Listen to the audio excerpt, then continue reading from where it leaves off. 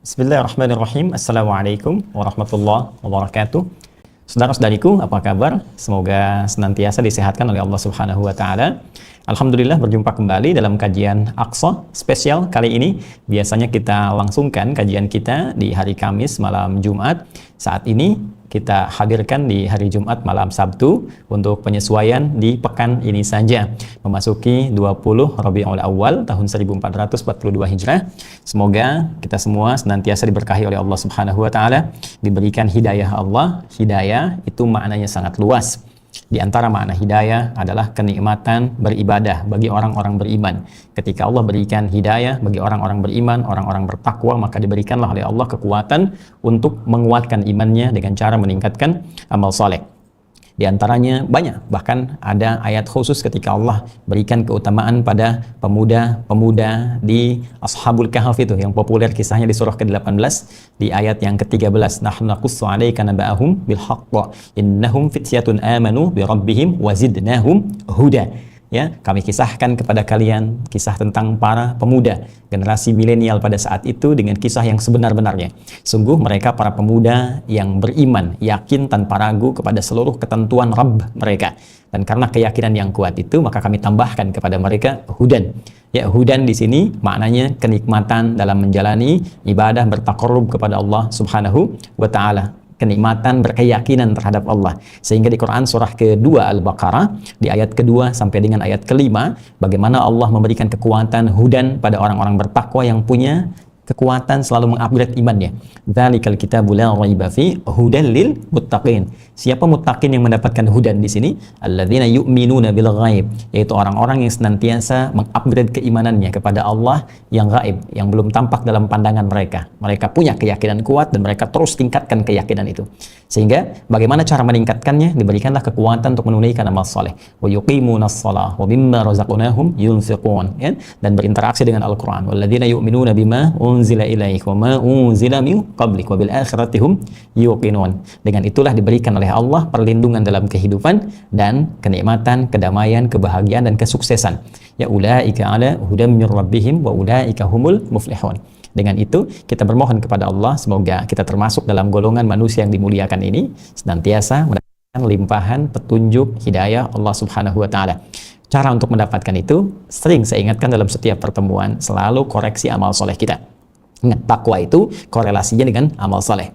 Jadi kalau kita ingin mendapatkan hudan, caranya tingkatkan takwa, karena hudan diberikan pada orang takwa. Hudan lil muttaqin. Cara meningkatkan takwa yaitu memperbanyak amal soleh. Karena itu rumus cepat di dalam Al-Quran, takwa senantiasa bersanding erat dengan amal soleh. Seperti iman pun bersanding dengan amal soleh. Untuk membenarkan dan memastikan kebenaran iman, maka diuji lewat amal soleh. Dengan iman itulah amal berubah jadi soleh. Jadi iman ketika masuk ke dalam amal, maka merubah amalan itu menjadi soleh. Saya beri contoh, saya sekarang sedang memandang misalnya. Maka jika pandangan ini dimasuki oleh iman, maka pandangan ini berubah, bukan sekedar menjadi amal, perbuatan, tapi saleh. Pandangan yang dibenarkan, diridhoi oleh Allah Subhanahu wa taala. Maka pandangan yang diisi oleh iman akan diarahkan oleh iman bagaimana mata ini mesti memandang. Ketika pandangan ini tidak dibenarkan oleh Allah, tidak diridhoi, maka akan dipalingkan, diberikan isyarat oleh imannya. Itu sebabnya dalam Al-Quran pandangan ini diawali dengan kata iman. Wa qul lil mu'minina yaghuddu min absarihim, dan katakan pada pria-pria yang merasa punya iman. Qul lil mu'minina, katakan pada pria-pria yang merasa punya iman, yaghuddu min absarihim, ya, palingkan pandangannya dari segala hal yang tidak disukai oleh Allah.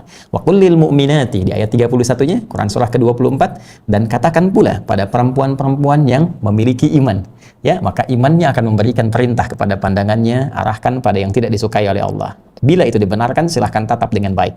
Maka amal yang diisi oleh iman menjadi saleh. Dan peningkatan amal soleh ini itu secara otomatis akan disandingkan dengan kekuatan takwa. Jadi setiap kali ada amal soleh, maka sandingannya dengan takwa, takwanya naik. Jadi kalau kita bikin bagan, teman-teman sekalian, kurang lebih seperti ini. Ya. Jadi iman, ya, membangun keyakinan tanpa ragu terhadap Allah, itu akan ditopang oleh amal soleh. Ya, ini menarik ya. Kata salih ini muncul karena ada iman. Jadi kalau orang beriman itu disebut mukmin, ya. Mukmin itu orang beriman, ya. perempuannya mukminah, ya, singkat tambah di ujungnya, mukmin, mukminah, muslim, muslimah, ya kan? Muhsin, muhsinah, demikian seterusnya. Jadi kalau iman, orangnya disebut apa? Mukmin. Orang mukmin itu artinya yang yakin tanpa ragu. Ya, yakin tanpa ragu. Jadi teman-teman, kalau sudah disebut dengan orang beriman, sudah jangan ragu. Kalau Allah perintahkan, kerjakan. Kalau Allah larang, tinggalkan. If'al wala taf'al. Do it, leave it. Kerjakan atau tinggalkan. Cuma itu kok dalam Al-Quran. Ya, cuma itu dalam hadis-hadis Nabi Sallallahu Alaihi Wasallam. Dua dalam kehidupan sebagai titah syariat. Kerjakan atau tinggalkan. Kata Allah misalnya, bagi laki-laki, ya kerjakan ini, kerjakan. Tinggalkan ini, tinggalkan. Bagi perempuan, kerjakan. Berhijab engkau, berhijab. Ya, tinggalkan ini, tinggalkan. Jangan berdusta, jangan berzina, jangan korupsi. Selesai. Ya, dan harus yakin tanpa ragu terhadap semua syariat. Jangan sebagian-sebagian. Karena umat dulu, kalau ada yang sesuai dengan nafsunya, dia yakini, dia kerjakan. Kalau tak sesuai, dia tinggalkan. Itu yang bahaya. Kita berbeda. Ya, kita berbeda. Semua yang Allah perintahkan, wa ma atakumur rasulu fakhudhu wa ma nahakum anhu fantahu. Semua yang disampaikan oleh Rasul diperintahkan cepat kerjakan, jangan pilah-pilah. Ya, persoalan personal, pribadi dengan komunal sama hukumnya. Maka ketika Allah perintahkan, kerjakan. Ya, waris, kata Allah 2:1, laki-laki perempuan, kerjakan.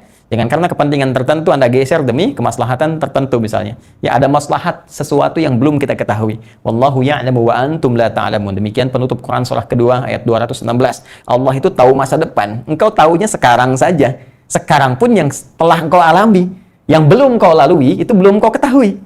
Ya, Allahu ya'lamu, sedangkan Allah mengetahui masa depan. Karena itu setiap ketetapan Allah kepada kita itu desainnya bukan desain singkat kekinian. Sekarang saja.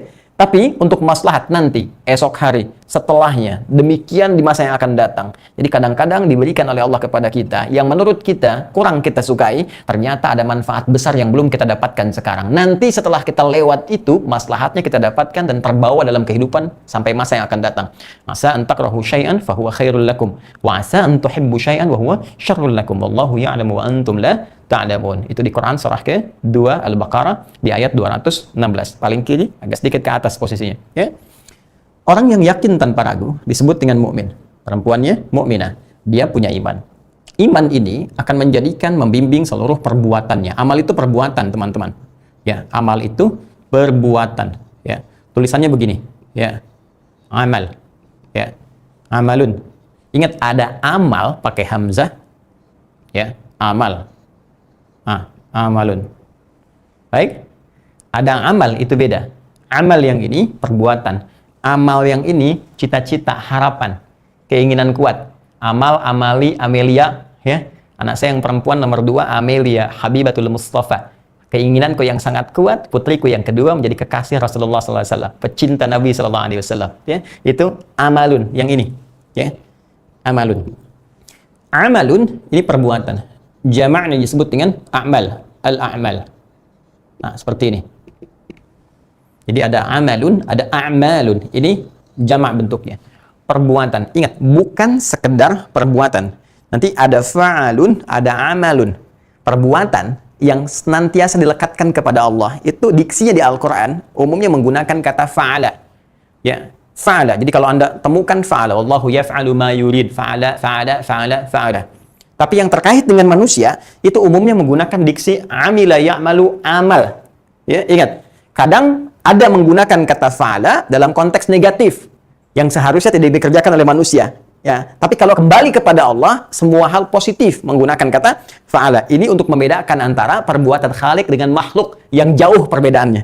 Itulah keindahan Al-Quran. Nah, perbuatan manusia, diksi umumnya disebutkan dalam Al-Quran menggunakan amal. Pada dasarnya, amal itu memiliki makna setiap perbuatan yang akan dipertanggungjawabkan, ditanya, disoal, dipertanggungjawabkan.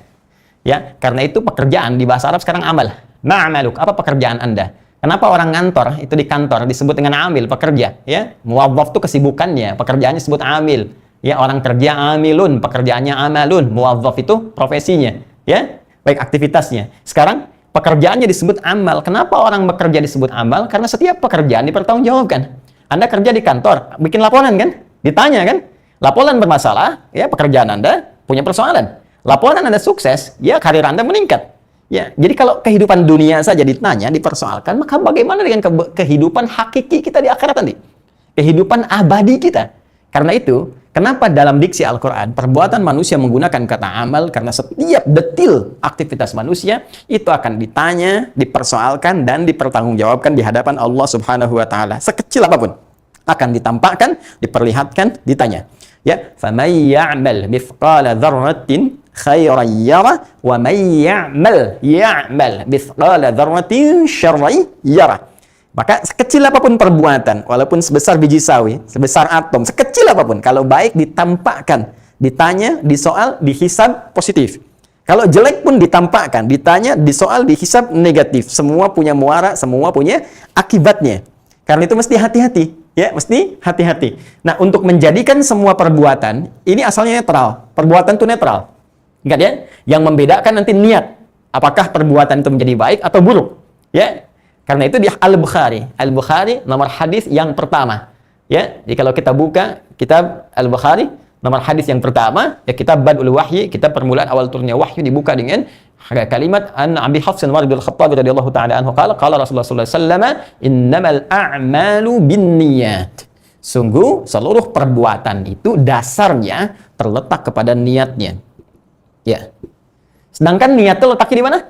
Di hati, qalbu kan? Pernah kita bahas kan? Di qalbu, ya?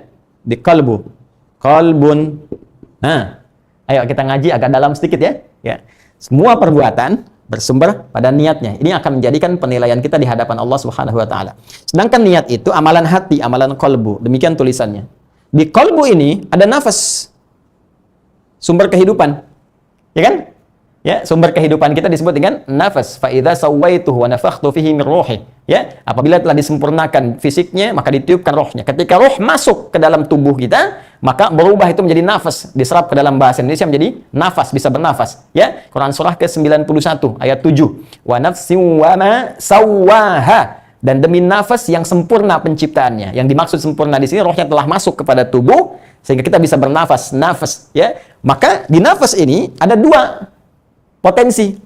Ya, fa'alhamaha ayat 8-nya fujuraha wa taqwaha. Ada jiwa takwa, nih, ada fujur. Yang ini mengarahkan kepada yang baik-baik, yang disukai oleh Allah. Yang ini mengarahkan pada hal-hal yang buruk, didominasi oleh bisikan setan. Ya. Qala la'attakhidanna min 'ibadika nasiban mafruḍa. Setan langsung berkata kepada Allah, mengajukan ya permohonan, berikan aku kesempatan menggoda bagian tertentu dari manusia. Ya, apa yang dia goda ini fujur. Ini fujur. Ya, yang nanti sifat fujur ini karena juga sumbernya ada di nafas, sering orang sebut dengan nafsu. Ya, sering orang sebut dengan nafsu. Ya, dari sini.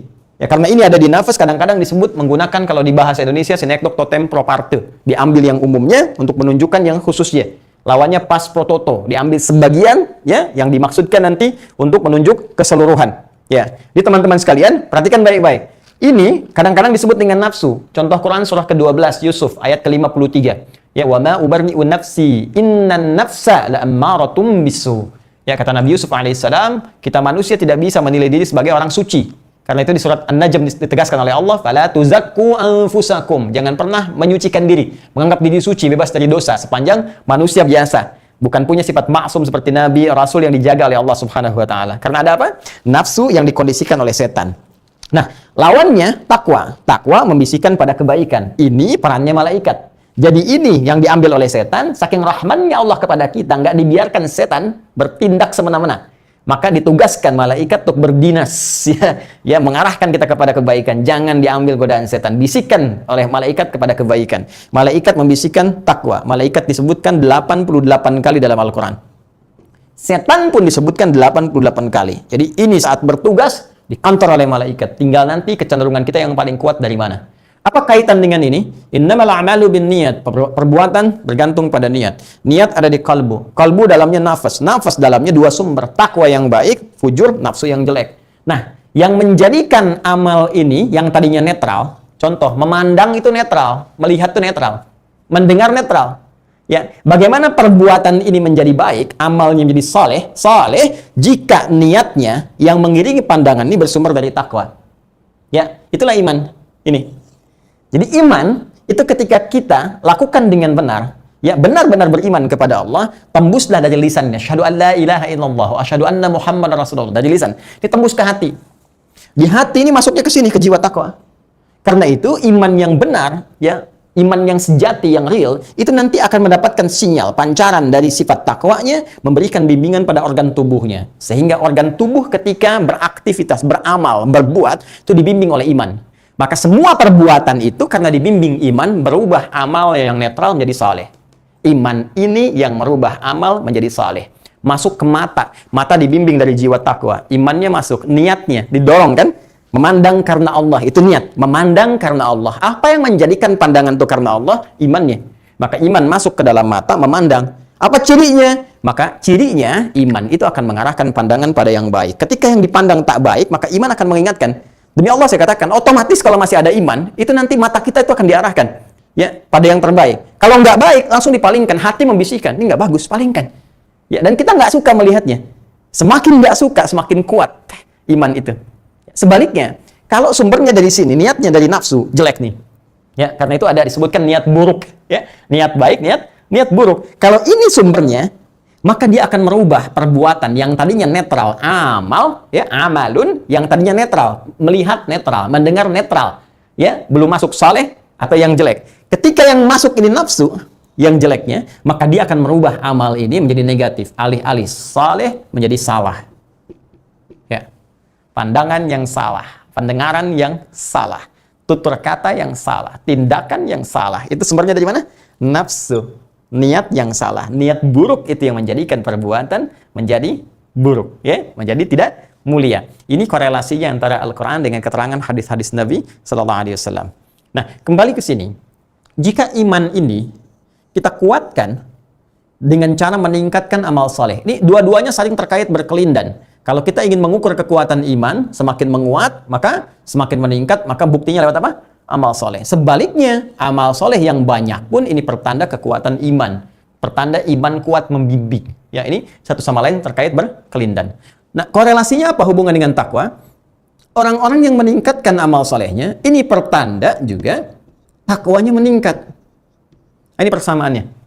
Ya, kalau kita belajar matematika, belajar fisika, gitu kan, sering dapatkan persamaan. Ya, A sama dengan B sama dengan C, maka C sama dengan A, maka B sama dengan C, gitu kan? Nah, jadi kalau kita katakan iman sama dengan amal soleh, semakin kuat iman, semakin banyak amal soleh, ya, maka takwa pun kualitasnya semakin meningkat. Persamaannya A sama dengan B sama dengan C. Maka sering kita temukan dalam Al-Quran misalnya, iman disandingkan dengan amal soleh. Seperti Quran surah 103, wal 'asr, innal insana lafi khusr, illa alladzina amanu wa amilus shalihat. Sering kita temukan iman disandingkan dengan takwa, ya. Misalnya apa? Dzalikal kitabul la raiba fi hudal lil muttaqin. Siapa muttaqin? Alladzina yu'minuna bil ghaib. Kadang iman, amal saleh, takwa. Al-Baqarah 183, ya ayyuhalladzina amanu, iman, kutiba alaikumus shiyam, amal saleh, kama kutiba alal ladzina min qablikum la'allakum tattaqun, takwa. Nah, jadi selalu terkorelasi. Kalau kita ingin mendapatkan peningkatan iman, maka kuatkan amal soleh, maka ini otomatis akan meningkatkan takwa. Kalau takwa sudah meningkat, maka selesailah seluruh problematika kehidupan, dunia, alam kubur, akhirat. Langsung turun jaminan Allah Subhanahu wa Ta'ala di banyak ayat dalam Al-Quran. Paling populer itu kan Quran surah ke-65 kan, At-Talaq itu, di akhir ayat kedua, di awal ayat ketiga, wa may yattaqillaha, siapa yang mampu meningkatkan takwanya, naik takwanya, terus naik, yaj'al lahu makhraja. Maka Allah akan memberikan jalan keluar, solusi dari setiap persoalan yang dilalui. Dan itu bentuknya nakirah, nggak pakai alif lam. Nakirah itu general, umum, ya, umum. Artinya apa? Masalah apapun dalam kehidupan, bisa di rumah tangga, bisa di kantor, ya, pekerjaan, kehidupan sosial dan sebagainya. Karena itu sering saya katakan, kalau Anda mendapati gelar yang cukup banyak, ya, harta melimpah, kedudukan cukup tinggi, tapi nggak pernah bisa tuntas menyelesaikan satu persoalan yang menurut sebagian orang itu masalah kecil. Maka cek, mungkin bukan gelarnya kurang tinggi, harta kurang banyak, bukan, mungkin Anda kurang takwa, kurang bersujud. Betapa banyak persoalan pelik dalam kehidupan, selesai tuntas, diselesaikan, tuntas, hanya di atas bentangan sajadah semata. Dan betapa banyak persoalan kecil, sepele, yang tak pernah tuntas, malah semakin kemudian meningkat kuat. Karena sering kali diselesaikan dengan nafsu. Ini persoalannya.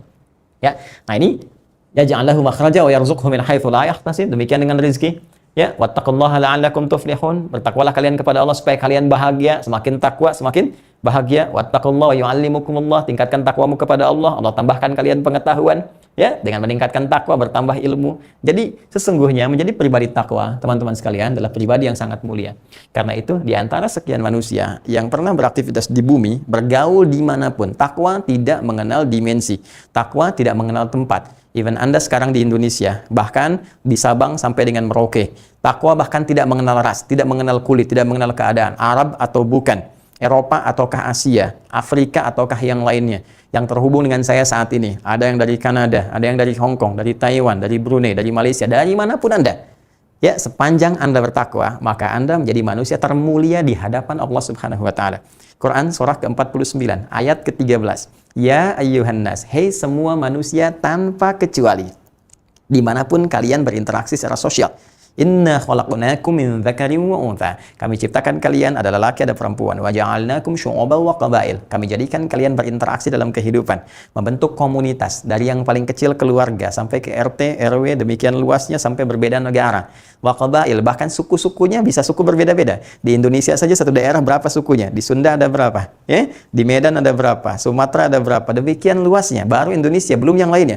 Waja'alnakum syu'uban wa qabaila lita'arafu, supaya kalian menjalin harmoni dalam kehidupan, membangun kehidupan di bumi dalam rangka ibadah kepada Allah Subhanahu wa taala. Tapi ingat, inna akramakum, sehebat-hebatnya kalian dengan gelar yang telah kalian miliki, ya, dari pendidikan kah atau yang lainnya, dari kedudukan yang telah kalian dapatkan, dari harta yang telah kalian raih, dari ilmu yang telah kalian dapatkan. Inna akramakum, tetap yang paling mulia di hadapan Allah, atqakum, adalah yang paling takwa di antara kalian. Bagaimana pengetahuan bisa membuat kita lebih takwa di hadapan Allah? Bagaimana kedudukan bisa semakin mendekatkan diri kita dengan Allah?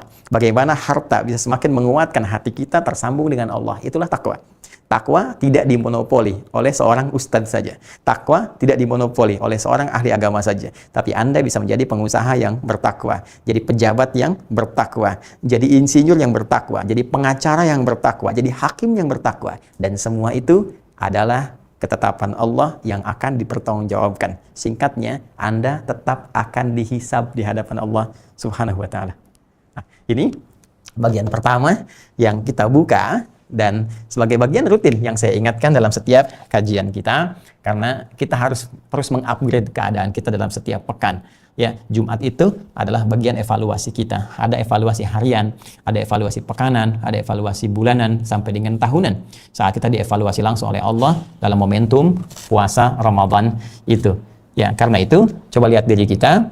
Kalau kemudian ada masalah dengan takwanya, maka ada dua persoalan yang disebutkan oleh Allah dalam Al-Quran. Bisa jadi kalau orang semakin jauh dan menutup hubungannya dengan Allah, maka dia akan berubah drastis dari mukmin menjadi kafir, orang yang menutup diri hubungan dengan Allah. Dan saya katakan sekali lagi, jangan pernah kemudian merasa sungkan menggunakan kata ini karena bahasa baku.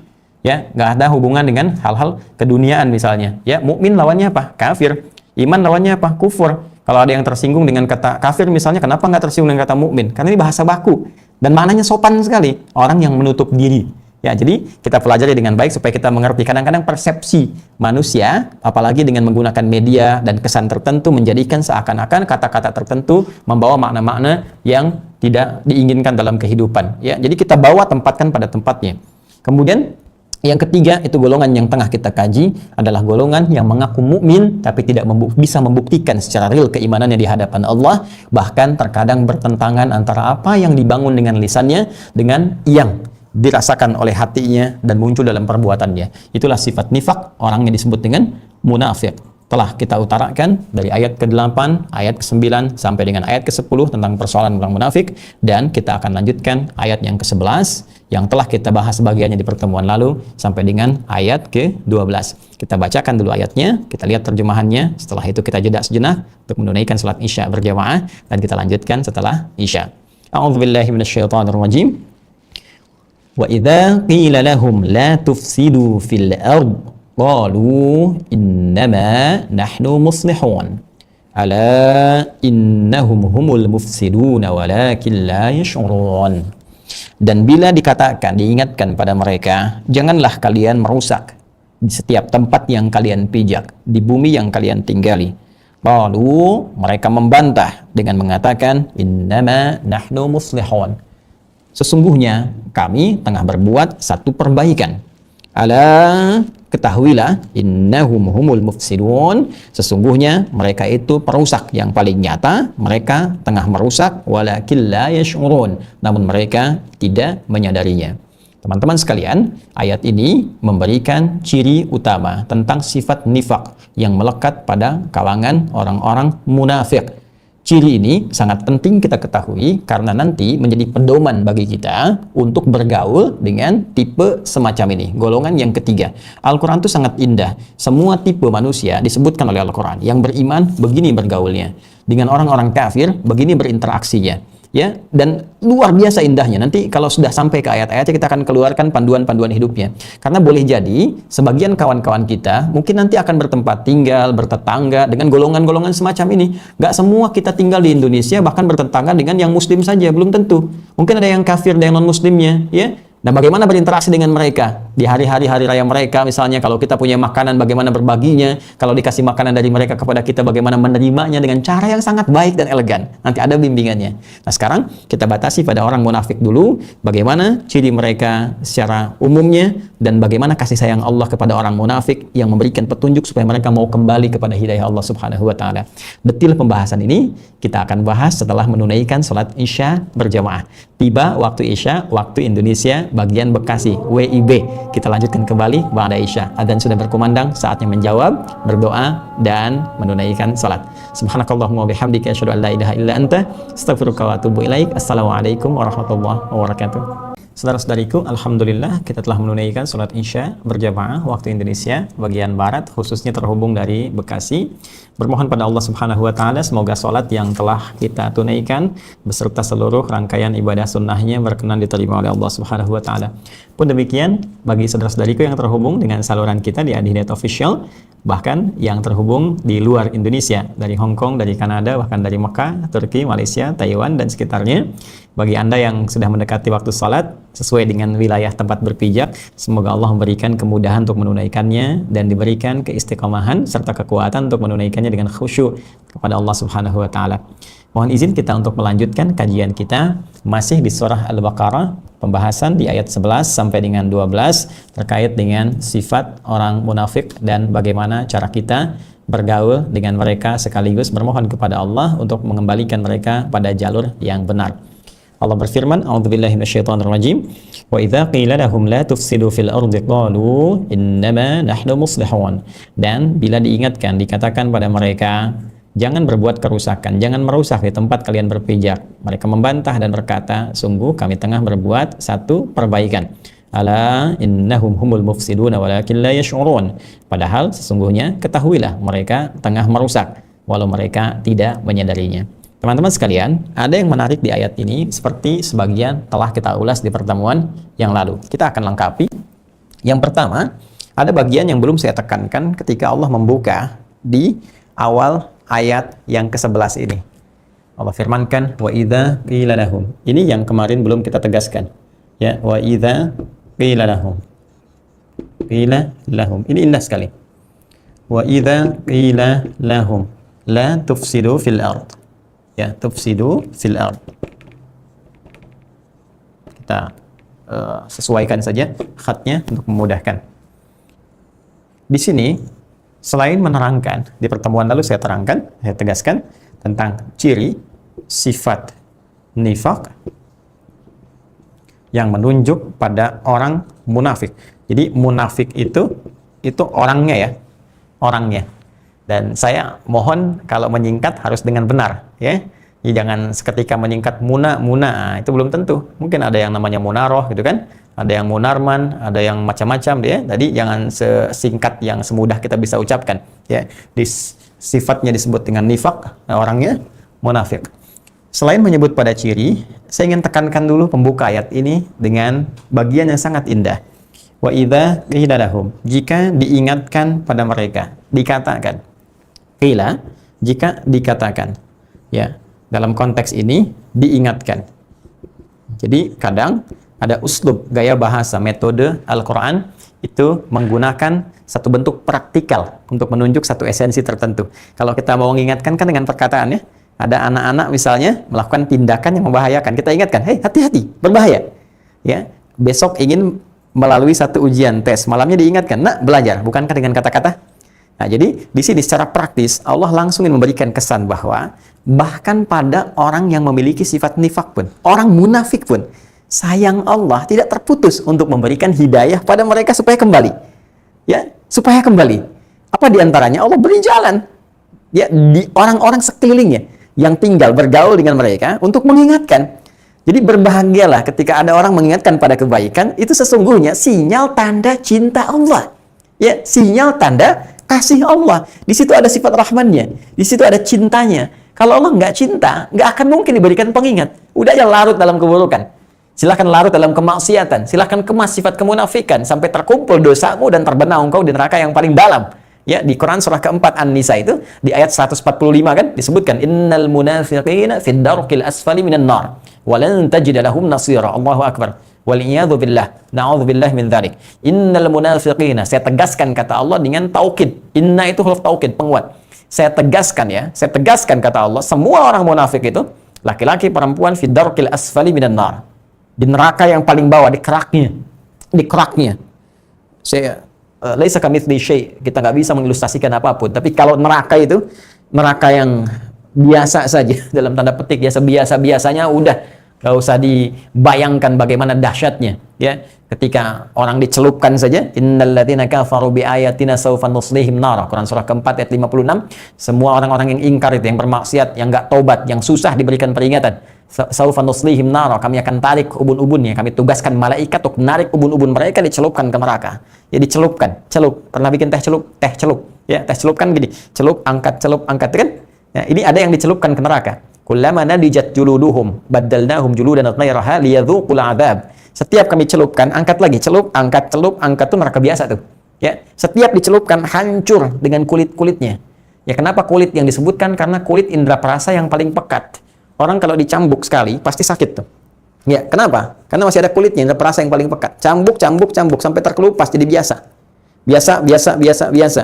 Maka orang yang masuk neraka itu ketika Allah celupkan ya melalui malaikatnya, dicelupkan oleh malaikat tuh hancur semuanya, hancur semua.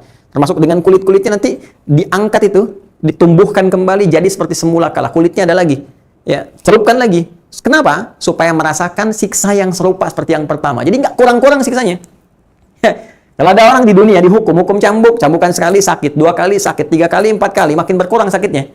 Ya, karena indera perasanya udah mulai kebal tuh, udah mulai kebal, sakit juga, cuma nggak seperti yang pertama. Kayak dipukul, pak, orang terbiasa menguatkan tangan, kaki, pukul sekali, sakit, lama-lama biasa. Ya, tapi neraka tidak. Begitu dicelupkan, diangkat, dibentuk seperti serupa lagi sehingga merasakan liyadzuqul adzab, supaya merasakan siksa yang dahsyat, yang serupa seperti yang pertama. Jadi sakitnya nggak akan berkurang. Semua sakit. Ya, lantas itu yang biasa saja, baru dicelupkan seperti itu. Bagaimana dengan yang jahannam? Sakaratul maut sudah ditempatkan, alam kubur sudah nampak tuh. Ya, ada yang berkata, Ustaz di kuburan kan cuma tidur, nggak menerima azab. Hei kawan, bukankah orang bermimpi tidur, mimpi buruk sudah bagian dari siksaan? Ya, Anda mimpi buruk ketemu kuntilanak kan langsung pengen bangun tuh. Sekarang di alam kubur mimpi tiap hari ngelihat neraka, pagi petang ditampakkan neraka, nggak bangun. Bukankah itu siksaan? Bukankah itu siksaan? Ya, itu baru bonus saja, DP saja itu nanti. Ya, begitu nanti dihisab, nampak neraka jahanamnya, orang munafik itu tempatnya darkil asfali minan nar, di keraknya sekalian. Bukan di atas, di keraknya. Terus dari keraknya bagaimana mau naik? Walan tajid lahum nasira, dan kau tak mungkin, never, pakai lan, never. Tidak akan pernah engkau dapatkan bagi mereka satu penolong pun. Udah tenggelam di sini. Tenggelam di neraka jahanam. Perhatikan baik-baik.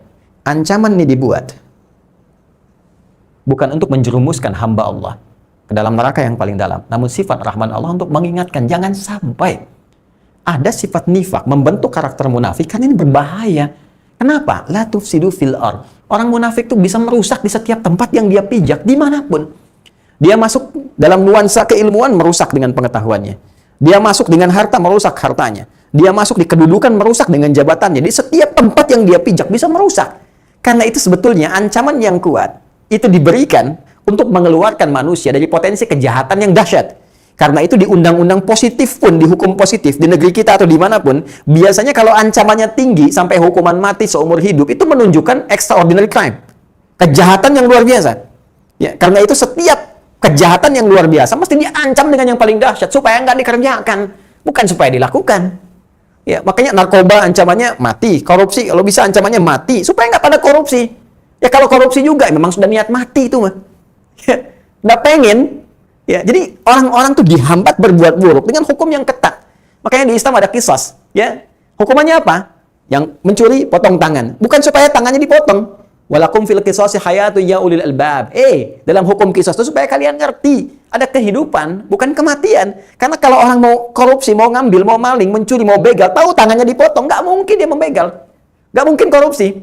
Makanya ada orang secara kiasan mengatakan qisas itu untuk memotong kejahatan, bukan memotong anggota bagian tubuh manusia.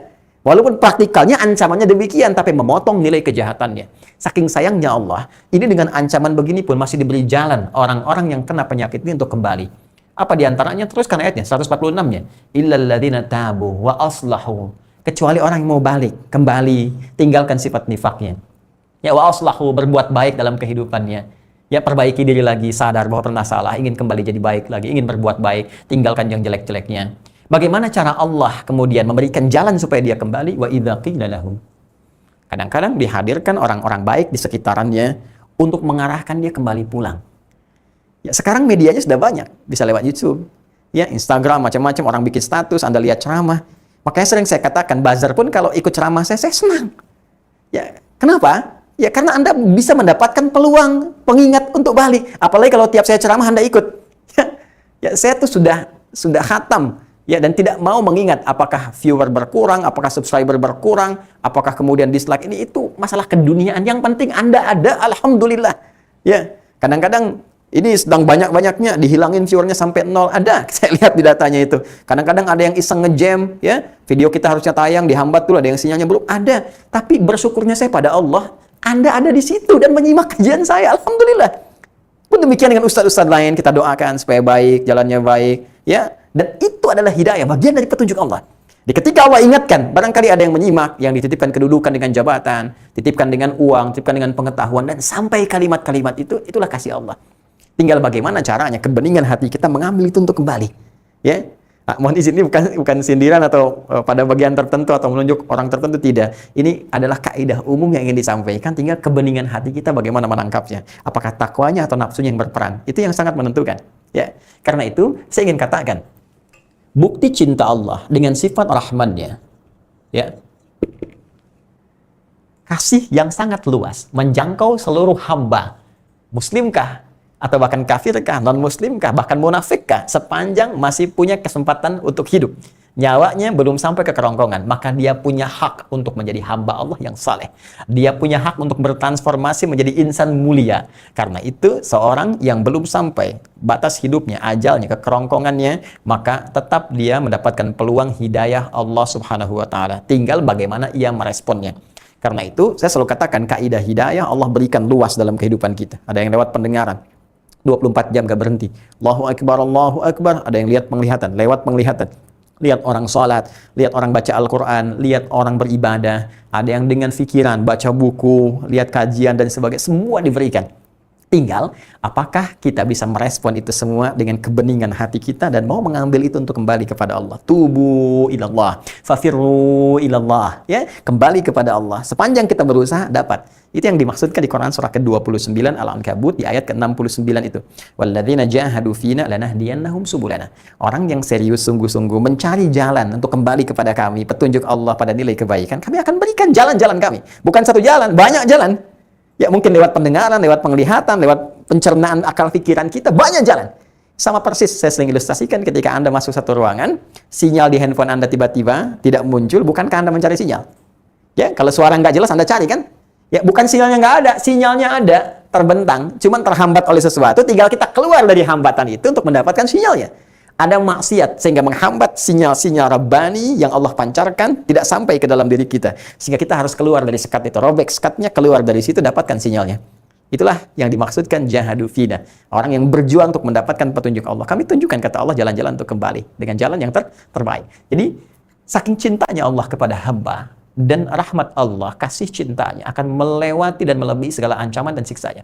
Ya, inna rahmati wasi'at kulla syai'. Sungguh rahmat, kata Allah, lebih luas, melewati segala apapun, baik itu ancaman ataupun siksanya, jika hamba ingin kembali.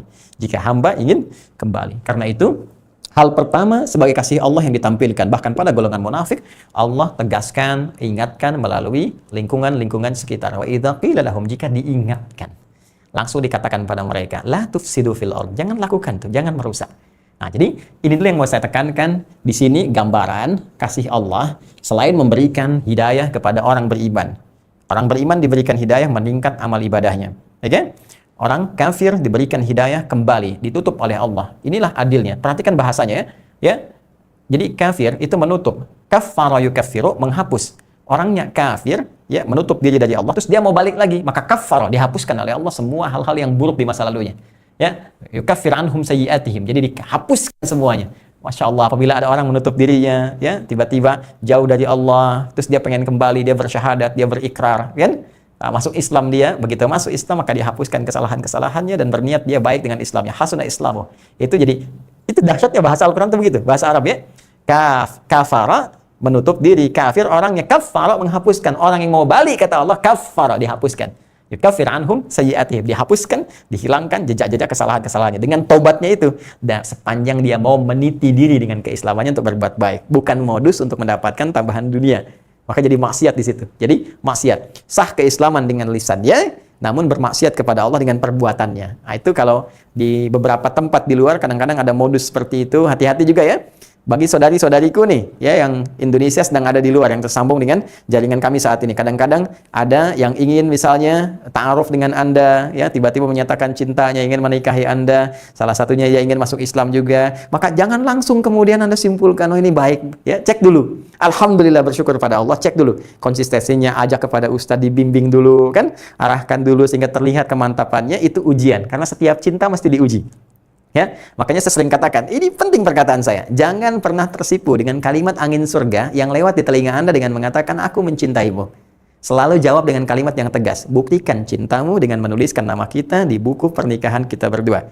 Sehingga kita bukan hanya punya motornya untuk menggandeng diriku lewat motor itu, tapi juga punya BPKB-nya, buku pernikahan kita berdua.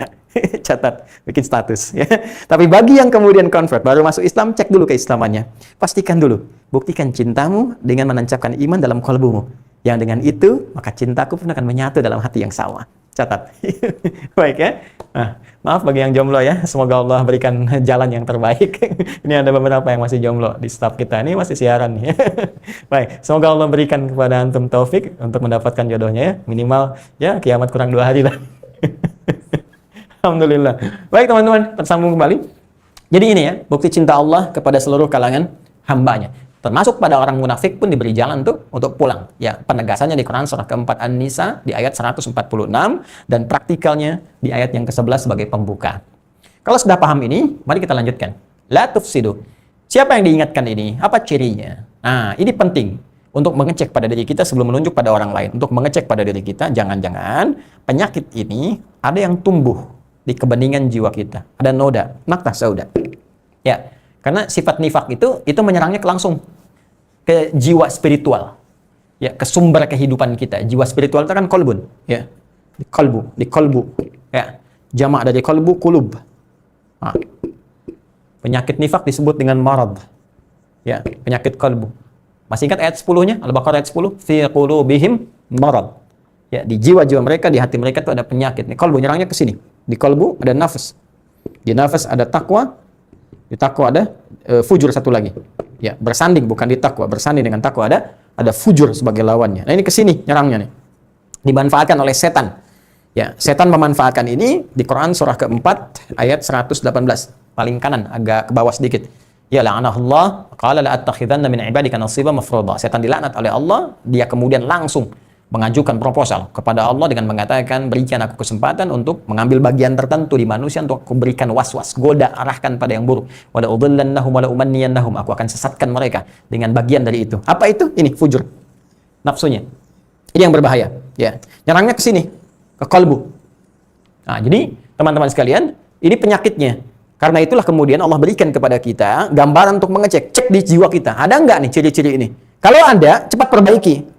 Ya, tubu ilallah illal ladzina tabu, kembali ke Quran surah keempat ayat 146. Illal ladzina tabu, kecuali orang-orang yang mau kembali mengoreksi, wa aslahu, diperbaiki. Islah itu perbaiki lagi, cek lagi, bersihkan, hapus lagi, ada kotoran, hapus. Nah, bagaimana cara mengeceknya? Yuk kita lihat. La tufsidu fil ard. Ciri pertama, ya jangan merusak di setiap tempat yang kalian pijak, ya. Seperti saya terangkan di pertemuan lalu, tufsidu dari afsada yufsidu, kemudian akarnya dari kata fasad. Afsada yufsidu fasadan, ifsadan wa fasadan, seperti a'ta yu'ti i'ta'an wa ata'an. Ya. Perhatikan baik-baik. Ini dari afsada yufsidu, akarnya dari kata fasad. Fasad seperti ini. Ya, dan fasad adalah ciri perbuatan manusia. Ingat di pertemuan lalu, dhaharal fasadu fil barri wal bahri bima kasabat aydin nas. Ya, muncul banyak kerusakan baik di daratan, di lautan itu karena perbuatan tangan manusia.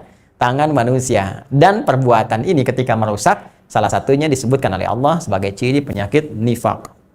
Ini. Jadi, ciri penyakit nifaq itu yang pertama adalah bisa melahirkan sifat fasad. Ya, merusak. Fil ardi, di setiap tempat yang dipijak. Ardun itu bumi ya, yang kita terjemahkan. Tapi asalnya adalah setiap tempat yang dipijak. Jadi kita memijak dimanapun itu ardun asalnya. Ardun diserap ke bahasa Inggris jadi earth, ya, diterjemahkan dengan bumi. Jadi ini saya pun yang saya pijak ini ardun. Anda yang di Kanada, di Hong Kong, di Taiwan, di beberapa tempat yang itu ardun, tempat yang dipijak. Ya, maka berlaku segala hukum yang terkait dengan penyembahan kepada Allah Subhanahu wa taala. Bagaimana kalau keluar dari bumi, Ustadz, dengan dalam konteks kehidupan kita, ada yang sedang ke bulan, di astronot dan sebagainya, itu ardunnya. Kalau dia mijak bulan, ya itu ardunnya. Ya, di pesawat ulang-alik dia pijak, itu ardunnya. Maka tetap keluar dari bumi, dia tetap beribadah, dia baca Quran, dia sholat dan sebagainya. Walaupun di sini nanti ada perbedaan mazhab secara spesifik. Nanti kita bahas dalam kesempatan yang lainnya. Tapi saya ingin tegaskan setiap tempat yang kita pijak itu ardun namanya. Ya, secara umum kita ambil di rumah kah, di kantor kah, di toko kah, ya, di konteks yang lebih luas kah, itu ardun. Nah, nifak itu bahayanya dibawa kemanapun di setiap tempat yang dipijak itu bisa merusak. Makanya tadi saya katakan, jadi apapun, kalau penyakit ini dibawa, ya, jadi ustadz punya nifak, maka jadi ustadz munafik, maka dia merusak dengan ilmunya. Ini bahaya, ancamannya dahsyat. Ya, sama, masuk ke ilmu merusak, masuk ke jabatan merusak. Pejabat yang nifak, pejabat munafik itu merusak, kebijakannya merusak, dengan kedudukannya merusak, merusak lingkungan, merusak tempat, merusak hukum, merusak keadaan. Ya, sama, semua pengacara munafik merusak, hakim yang munafik merusak. Ya, pun demikian. Hartawan pengusaha munafik merusak. Jadi setiap terbawa penyakit ini bahaya. Karena itu ancamannya dahsyat. Ancamannya dahsyat. Neraka jahanam. Dasar neraka jahanam. Hati-hati. Ya. Karena itu kita belajar apa yang dimaksud dengan fasad ini, yang punya potensi daya rusak yang sangat kuat, sehingga dimanapun berpijak bisa berbahaya. Fasad ini seperti saya terangkan, asalnya adalah lawan dari kata islah. Lawan dari kata islah. Mengeluarkan setiap nilai kebaikan. Jadi ada sesuatu yang baik dirusak dari situ sehingga nggak tampak nilai kebaikannya lagi.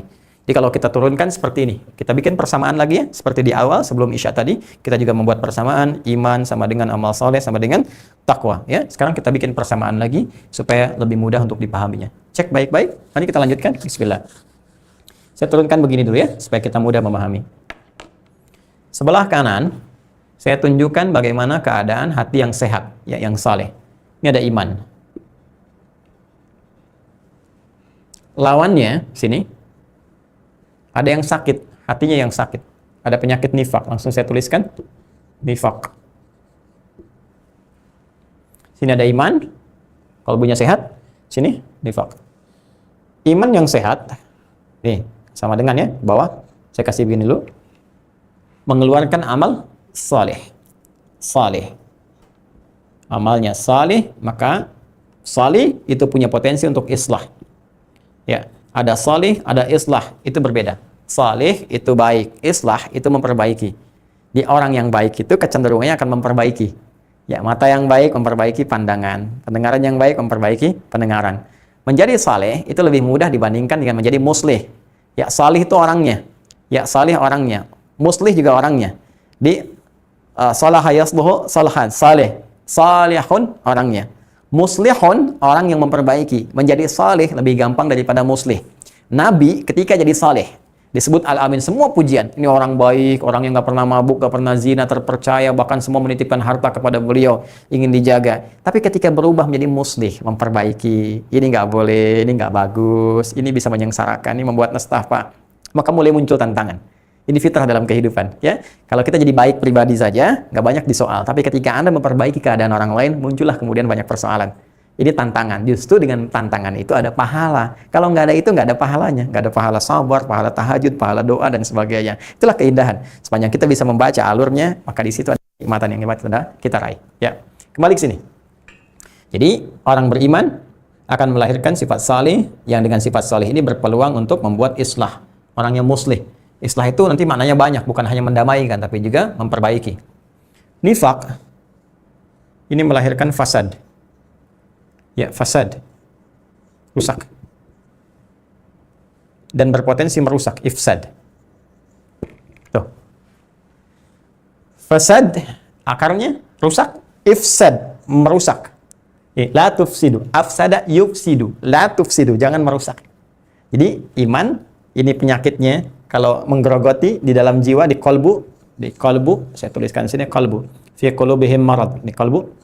Kalau bersih imannya, kuat, melahirkan salih, memperbaiki islah. Kalau punya nifak jadi munafik, ada penyakit fasad, di sini apa? Ifsad, ini merusak. Jadi ini baik, ini merusak. Nah, sekarang teruskan. Dari sini salih, ini kan perbuatan. Ya, baik, memperbaiki. Ya, maka ada istilah amal soleh yang tadi kita dapatkan, perbuatan yang melahirkan nilai kebaikan yang diridhai oleh Allah Subhanahu wa taala.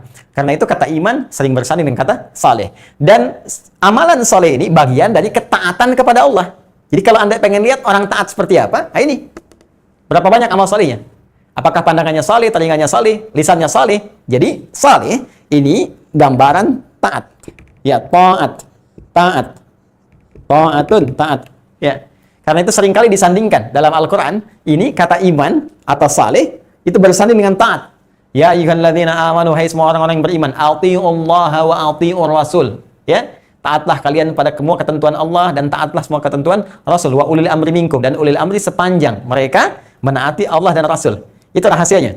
Ya, karena itu kepada Allah kalimatnya menggunakan ati'u Allah, mutlak taatnya. Kepada Rasul pakai atiu lagi, wa atiur rasul, mutlak taatnya. Tapi ulil amri itu dihilangkan kata atiunya, tinggal waw atofnya. Ya ayyuhalladzina amanu atiullaha wa atiur rasul wa ulil amri. Atiunya nggak ada. Kenapa dihilangkan atiunya, tersisa wawunya untuk diikutkan pada hukum Allah dan Rasul. Sepanjang ulil amri itu menjalankan ketaatan kepada Allah dan Rasul, tidak melanggar ketentuan Allah dan Rasul. Itu salah satu hikmahnya. Nanti kalau sudah sampai ke situ, kita akan kaji lebih dalam. Kapan? Wallahu a'lam. Karena kita baru di Al-Baqarah ayat 11. Sini dulu ya. Baik. Sini. Jadi taat itu gambaran dari amal saleh. Iman melahirkan sifat saleh, jadi perbuatan islah, jadi amal saleh. Ini bagian bukti ketaatan kepada Allah. Nifak ya, melahirkan fasad, bisa merusak. Ini gambaran kalau taat di sini lawannya maksiat. Maksiat. Nah, nih. Jadi lawan dari taat apa? Maksiat. Jadi, kalau kita ingin ambil pendekatan dari sini, ciri fasad tuh yang disebutkan di Al-Baqarah ayat 11 yang menunjuk standar sifat nifak ada dalam diri seseorang. Tinggal nanti kadarnya dilihat, apakah sudah menguat atau masih lemah atau ada tanda-tanda, maka lihatlah fasad ini dari bentuk maksiatnya. Karena gambaran fasad ini nampak dari maksiat. Seperti gambaran orang beriman terlihat di amal saleh sebagai bukti ketaatannya kepada Allah Subhanahu wa taala. Lawan dari taat adalah maksiat. Jadi kalau kita ingin melihat ciri munafik, lihat fasadnya. Bagaimana melihat sifat fasadnya? Lihat di maksiatnya. Jadi sebetulnya asal dari semua sifat-sifat buruk dalam hati itu yang disebutkan potensial membawa penyakit nifak, pembukanya, pintu pertamanya adalah kemaksiatan kepada Allah Subhanahu wa taala. Jadi pintu munafik itu pintunya yang jangan sampai kita buka. Jangan terbawa ke situ. Jangan dibawa orang masuk situ adalah disebut dengan babul maksiat, pintu maksiat. Ingin kuat iman, ingin beramal soleh, masuk lewat pintu taat. Ya, bahkan ada potensial orang yang disatukan oleh Allah dengan semua nabi dan rasul termasuk Rasulullah SAW. Ya, wa may yuti'illaha war rasula fa ulaika ma'al ladzina an'ama Allahu 'alaihim minan nabiyyin was-siddiqin wasyuhada'i was-salihin wa hasuna ulaika rafiqa. Dzalikal fadlu minallah. Allahu akbar. Ya, siapapun yang meningkatkan ketaatannya pada Allah dan Rasul, maka mereka potensial akan ditempatkan di surga bersama seluruh para nabi dan rasul yang pernah berdinas di muka bumi, bersama para syuhada, orang-orang saleh, orang-orang jujur. ya, dan mereka mendapatkan tempat yang terbaik, teman yang paling bagus. Wa hasuna ulaika rafiqa, dan itulah teman terbaik yang mereka bisa dapatkan. Dzalikal fadlu minallah, dan itulah kenikmatan terbesar, keutamaan terhebat yang diberikan oleh Allah Subhanahu wa taala. Ya. Ini lawannya apa? Maksiat. Nah, pintu maksiat ini itu awal pembuka masuknya sifat nifak. Jadi kalau orang coba-coba berbuat maksiat, itu potensial nanti dibawa oleh setan, digelembungkan, nanti terakumulasi menjadi penyakit nifak. Itu yang paling bahaya. Ya. Karena itu hal pertama yang dibuka oleh setan kepada Adam alaihissalam saat beliau diberikan oleh Allah pelatihan sebelum turun ke bumi. Karena tugas Adam itu bukan di langit tapi di bumi. Saat diciptakan pertama kali, diinfokan oleh Allah ya kepada kalangan malaikat dan sebagian jin yang ada pada saat itu. Di Quran surah kedua ayat ke-30. Wa idz qala rabbuka lil malaikati inni ja'ilu fil ardi khalifah. Ketika Rabb Muhammad SAW memfirmankan kepada seluruh malaikat pada saat itu dan sebagian jin yang ada pada saat itu, disampaikan pada mereka Allah akan menugaskan sosok yang bertugas di bumi sebagai khalifah fil ard, bukan fis sama. Ya, dan dilatih, diberikan gambaran kehidupan di bumi seperti ini, dikasih bekalnya pengetahuan. Ayat 31-nya, wa 'allama Adam al-asma'a kullaha, diberikan gambarannya. Ini seperti ini, gambaran begini, bekalnya begini, termasuk ditempatkan di satu tempat, diberikan gambaran ujiannya. Nanti di bumi akan seperti ini ujiannya. Ini yang dinikmati, kalau ini dikerjakan nikmat hidupnya, ini larangannya jangan dilakukan. Kalau dilakukan ini terjerembab pada keburukan. Jadi zalim jauh dari Allah. Maka diberikan tempat yang disebut dengan al-jannah, tempat sementara, bukan surga yang akan kita masuki kelak. Karena surga yang akan kita masuki masih original, bersih, belum pernah disentuh oleh makhluk dari jin dan manusia. Lam yatmithunna insun qablahum wala jan, nggak pernah disentuh ya dari kalangan manusia ataupun jin.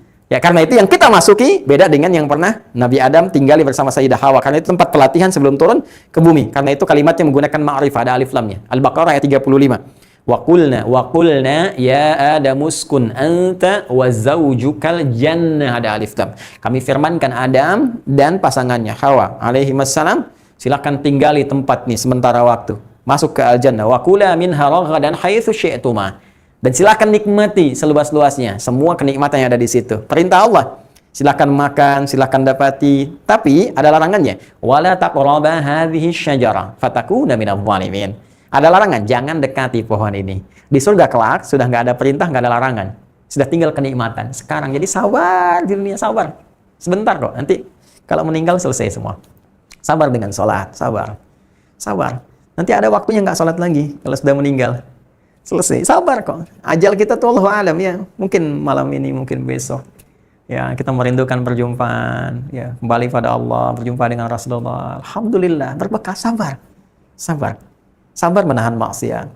Ya, sabar dengan segala titipan, sabar dengan anak-anak saat merawat, sabar dengan orang tua untuk berbakti, sabar dengan saudara-saudari kita dalam merukunkan kehidupan, sabar dengan pekerjaan kita untuk tidak berbuat maksiat, jangan korupsi, sabar dengan pekerjaan, sabar dengan titipan Allah. Kalaupun orang mengatakan kamu hidup miskin, nikmati alhamdulillah.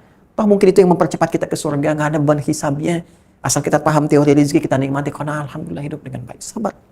Ada saatnya semua ini selesai. Tarkabunna tabaqan an tabaq. Setiap hari ada tantangan-tantangan. Bukankah di balik tantangan itu ada kenikmatan berdoa, kenikmatan sholat, itu bekal pahala kita. Kalau nggak ada semua ujian itu nggak ada pahala, nggak ada kenikmatan kita untuk pulang. Nah, itu bersabar sebentar, saat waktunya tiba untuk kita pulang, datang maut, selesai semua tugas dunia, tinggal kita nikmati. Ya karena itu sabar mengerjakan perintah, sabar meninggalkan larangan. Biiznillah insyaallah ada kebaikan di hadapan kita. Ketika pulang, ada kenikmatan besar ketika berjumpa dengan Allah. Wujuhu yawma idzin nadhirah. Pada saat itu wajah mereka berseri-seri gembira. Gembira, bersinar di wajahnya. Kenapa? Bukan karena surganya belum sampai ke situ, ila rabbiha nadhirah. Karena bisa menatap Allah tanpa hijab. Itu keindahan terbesar. Di surga nanti sudah nggak ada ibadah lagi, sudah nggak ada larangan lagi. Semua diberikan segala kebaikannya, nilai-nilai keindahan. Nah di surganya Adam alaihissalam sebagai tempat ujian itu diterangkan larangannya. Surga nanti nggak ada. Karena itu saya katakan yang dimaksud jannahnya Adam bukan surga yang akan tinggali. Karena yang akan kita tinggali sudah nggak ada larangan-larangan lagi. Itu adalah gambaran miniatur sebagai latihan Adam sebelum turun ke bumi. Diperkenalkan. Ini musuhnya nih. Ini setan musuhnya. Ini memberikan was-was. Jadi larangannya nanti diprovokasi oleh setan. Ada agitasi, ada provokasi, kadang-kadang propaganda. Nanti kita belajar ya. Jadi hati-hati, propaganda setan lebih berbahaya tuh, merubah mindset kita supaya yang baik terlihat buruk, yang buruk terlihat baik. Ya, sehingga kita bisa menyoal kenapa yang baik-baik itu yang dilarang, gitu kan? Kenapa yang enak-enak itu yang nggak boleh, ya? Padahal kemudian di balik itu ada sesuatu yang membahayakan. Jadi teman-teman sekalian, Ditugaskan di situ ada perintah, ada larangan sebelum diturunkan ke muka bumi. Nah, persoalannya, apa kaitan dengan yang akan kita bahas? Ditunjukkanlah oleh Allah di situ bagaimana setan pertama kali membuka pintu maksiat kepada Adam alaihissalam. Supaya Adam melanggar ketentuan Allah. Kata Allah kan di Al-Baqarah ayat 35, "Wala taqraba hadhihi syajarah fatakuna minadh dhalimin." Jangan dekati pohon ini, bentuk larangan. Satu aja dulu. Maka setan mulai beraksi di situ. Fa'azallahuma syaitan di ayat 36 ya. Maka setan menggelincirkan. Gelincir itu kan jatuh kan? Turun ke bawah kan? Indah bahasa Quran kan diksinya, ya. Bukankah ada di atas langit, ya? Kalau bumi kan di bawah. Makanya kalau tergelincir jatuh dari atas ke bawah kan? Itu diantara kalau Anda belajar balaghah tuh enak sekali baca Quran tuh. Nggak ada tertandingi keindahan bahasa Quran. Kayaknya kalau baca yang ini pengen baca yang lain, pengen baca yang lain. Kenikmatan tersendiri. Allah anugerahkan kami ya Allah kenikmatan berinteraksi dengan Al-Quran. Kenikmatan membaca Al-Quran ya Allah pancarkan pada jiwa kami ya Allah. Itu kalau udah begitu enak sekali. Ya, fa'azallahuma syaitan. Nah, nanti ketika Anda buka Quran surah Thaha, surah ke-20, ya. Quran surah ke-20. Silakan dicek di ayat 121. Ya, mudah-mudahan tidak keliru. Di ujung ayatnya. Wa 'asa Adamu rabbahu faghawa. Maka Adam digelincirkan oleh setan sehingga 'asa bermaksiat. Nih. 'Asa itu kata kerja infinitifnya. 'Asa. Sifatnya disebut maksiat. Keadaannya. Ini infinitif yang disebut dengan 'asa. Wa 'asa Adamu rabbahu faghawa. Ya, maka Adam digelincirkan oleh setan, dibawa untuk tersesat, bermaksiat, berbuat maksiat dengan melanggar ketentuan tadi. Jadi sebelum Adam ditugaskan sebagai nabi, ingat, ini masih pelatihan sebagai gambaran. Jangan Anda katakan nabi kok bermaksiat? Bukan Joni, bukan begitu memahaminya. Anda belum paham. Adam belum bertugas, ini baru diberi pelatihan Suneo, ya. Jadi ini masih di ruang pelatihan, ditunjukkan begini. Ya, kenapa diberi pelatihan begitu? Supaya memberikan ke kita gambaran yang bukan nabi dan rasul. Kita berpotensi berbuat maksiat. Kalau Adam itu ketika turun berdinas jadi nabi, dijaga oleh Allah. Turun ke bumi, Al-Baqarah 38, "Qulna ihbitu minha jami'an." Begitu turun dijaga, maksum.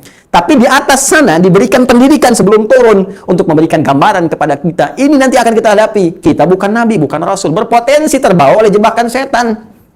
Ini yang bahaya. Bagaimana menghindarinya? Harus kenal dulu. Maka berbahagialah Allah mengutus Nabi Muhammad SAW sebagai pamungkas Sayyidul Anbiya'i wal Mursalin, menunjukkan pada kita, nih begini dokumentasinya disampaikan lewat Al-Quran sebagai ketentuan yang hak.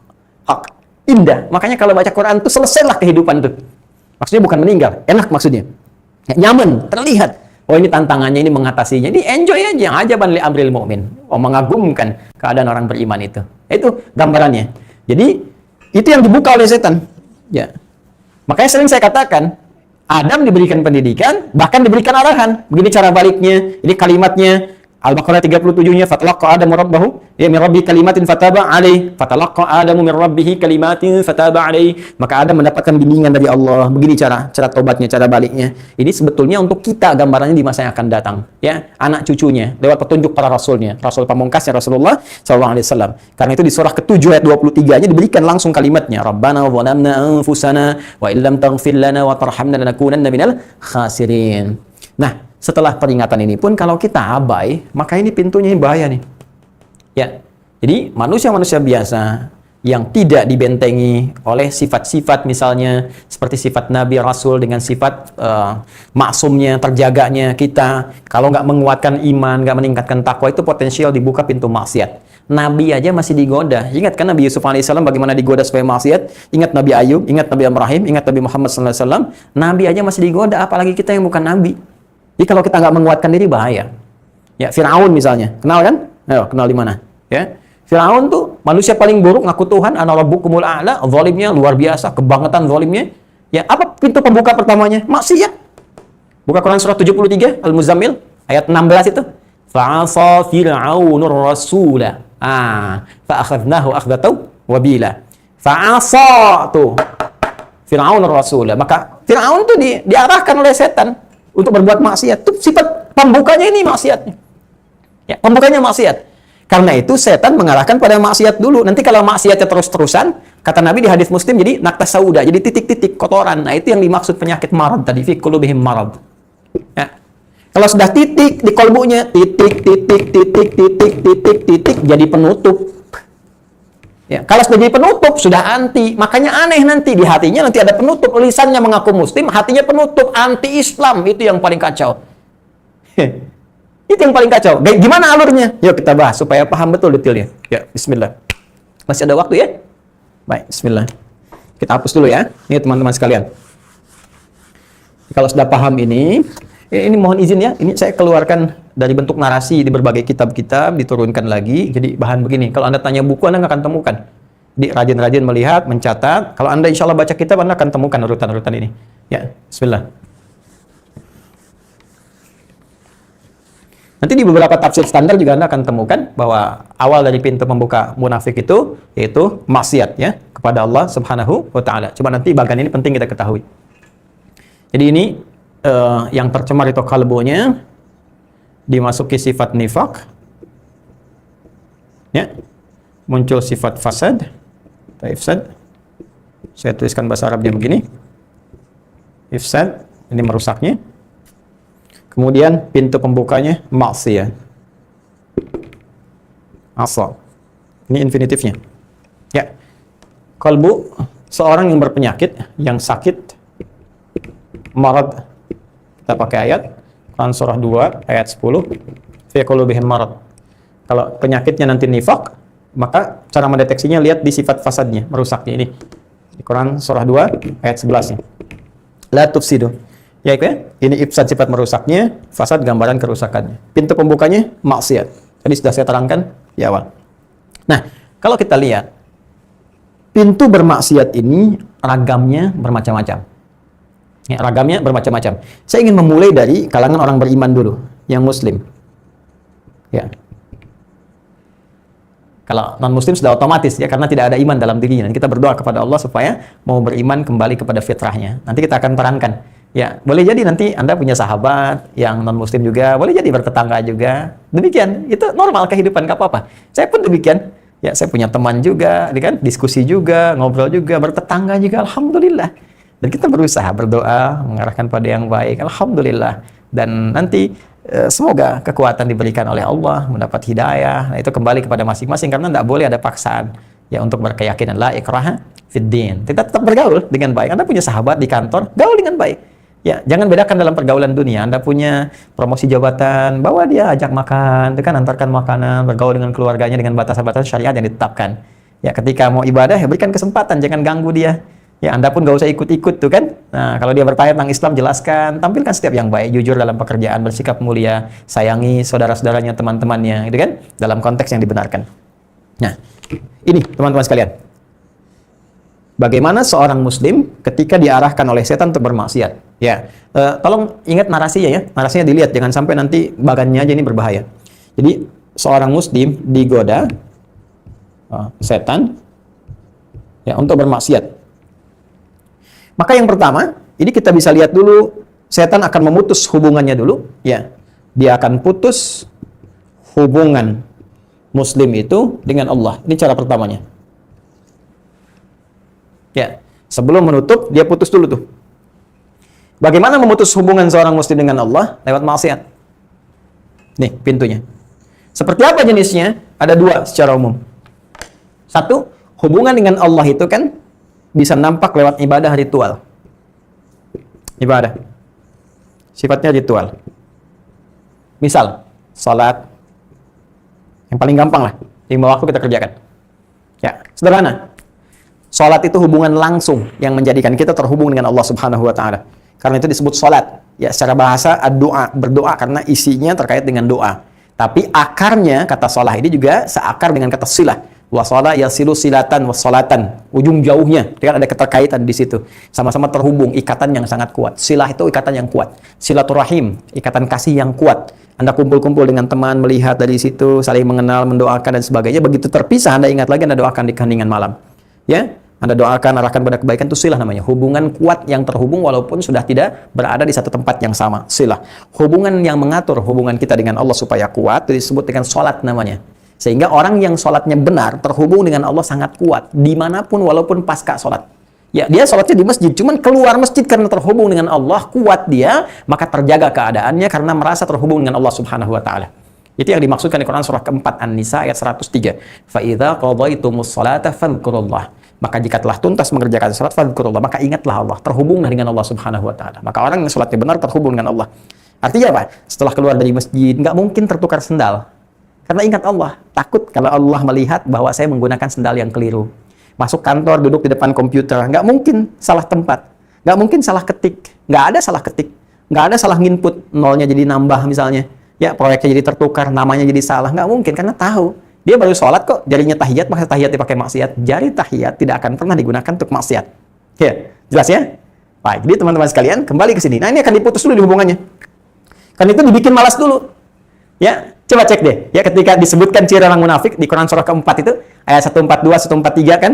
Innal munafiqina yukhadi'una Allah wa huwa khadi'uhum wa idza qamu ila sholati qamu kusala. Tuh. Nggak langsung diputus sholatnya, enggak. Dibikin malas dulu. Qamu kusala, bikin malas dulu, malas tuh.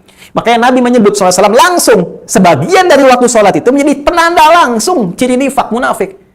Orang kalau udah malas-malas sholat isya, hati-hati itu. Nabi kan pernah kasih tanda kan? Isya, hati-hati. Kan? Subuh, hati-hati. Ini penanda langsung. Kalau udah malas-malas, itu pintu pertama setan supaya putus dulu dari Allah. Putus dulu. Malas dulu sholat tuh. Ya, kadang-kadang dibikin lewat proyek dulu, kan? Ya, sehingga kadang-kadang bersamaan dengan waktu sholat, Jumat, kok proyeknya harus Jumat, pas waktu Jumat lagi. Anda kerja, jadi penjaga toko nggak boleh sholat. Tuh, maksiat. Karena setan bisa datang lewat wujud manusia. Minal jinnati wan nas. Minal jinnati wan nas. Anda tugas jaga toko aja nggak boleh. Sholat nggak boleh, lanjut. Di pabrik nggak boleh sholat, lanjut. Hati-hati. Teman-teman, rezeki itu sudah diatur. Surga Anda yang belum jelas. Lah jangan takut kalau di sini nggak bisa sholat, cari pekerjaan lain. Ya, sambil mencari Anda, sambil mencari. Begitu dapat, tinggalkan yang ini. Sudah. Ya, toh rezeki kita akan diberikan demikian sama, nggak akan berkurang. Demi Allah, yakin pada Allah, nggak akan berkurang. Nggak akan berkurang. Walladzi qaddara fahada. Allah sudah menetapkan sesuai dengan kita, diberi petunjuk kita. Jadi kalau dikasih sesuai, ngapain kita mengerjakan yang menjauh dari Allah? Dapatnya segitu juga, cuma berkahnya beda. Anda sholat, dapat 5 miliar. Nggak sholat 5 miliar.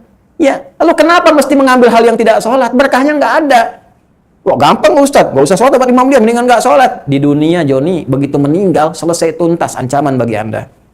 Ya, sholat itu bekal untuk pulang. Sholat dapat 5 miliar, 5 miliar untuk dunia, untuk sholatnya dapat pahala. Kapan pahala dibawa? Saat pulang. Kan ketika meninggal, 5 miliar itu kan hilang. Ya, buat dikubur aja kelebihan kok. Buat makan aja lebih daripada cukup. Sana kumpul-kumpulkan, sana meninggal. Alhaakumut takatsur hatta zurtumul maqabir. Kadang-kadang memperbanyak harta itu melalaikan sampai baru sadar ketika akan wafat, di kuburan baru menyesal, nggak bisa balik lagi. Fa asaddaqu aku minas sholihin, ya Allah, kasih kesempatan sebentar ya Allah, sebentar aku ingin berbuat saleh. Kasih balik sebentar ya Allah, udah nggak bisa. Wala yu'akhirullahu nafsan idza jaa ajaluha, nggak bisa dimajukan, nggak bisa mundur, selesai. Ya, hatta zurtumul maqabir, sampai nanti di sekarat baru sadar, masuk kubur pengen balik lagi, udah nggak bisa. Nggak bisa, ya. Balik sini aja, hati-hati teman-teman sekalian, kalau sudah nanti pelan-pelan dibuka pintu maksiatnya. Oh, kalau udah meninggalkan sholat, udah nih komplikasi nanti. Kasih. Udah, itu dasar pertama. Kalau sholat udah malas, hati-hati. Sholat udah malas, hati-hati. Ya, setelah itu nanti udah, kalau sholatnya malas, baca Quran pasti otomatis malas. Lama-lama puasa malas. Lama-lama semakin banyak penyakitnya. Udah nggak sholat, menyoal orang sholat. Ini udah komplikasi. Ini nifak yang paling bahaya. Ini munafik yang paling dahsyat. Jadi ternyata pintu kemunafikan dibuka dengan nih, dari mulai virus yang ringan gejalanya. Kalau di COVID itu ada CT-nya namanya, ikatan virusnya. Ya, makanya coba teman-teman kalau nanti di swab misalnya, swab itu dilihat CT-nya berapa nih. Ya, di bawah 30 apa di atas 30. Kalau di bawah 30 apalagi di bawah 20 misalnya 19. Ini karena saya riset ya, saya ngobrol, saya diskusi dengan dokter-dokter yang ahli juga, peneliti macam-macam. Kita diskusi. Jadi bukan Ustadz begini tahu apa, tidak, karena belajar jadi mengerti. Ya, kita lihat hasilnya dan sebagainya. Ini kalau di bawah 20 dan seterusnya di bawah 30 itu patut diduga terkontaminasi. Belum tentu itu positif COVID-nya. Belum tentu COVID, boleh jadi terkontaminasi dengan faktor lain.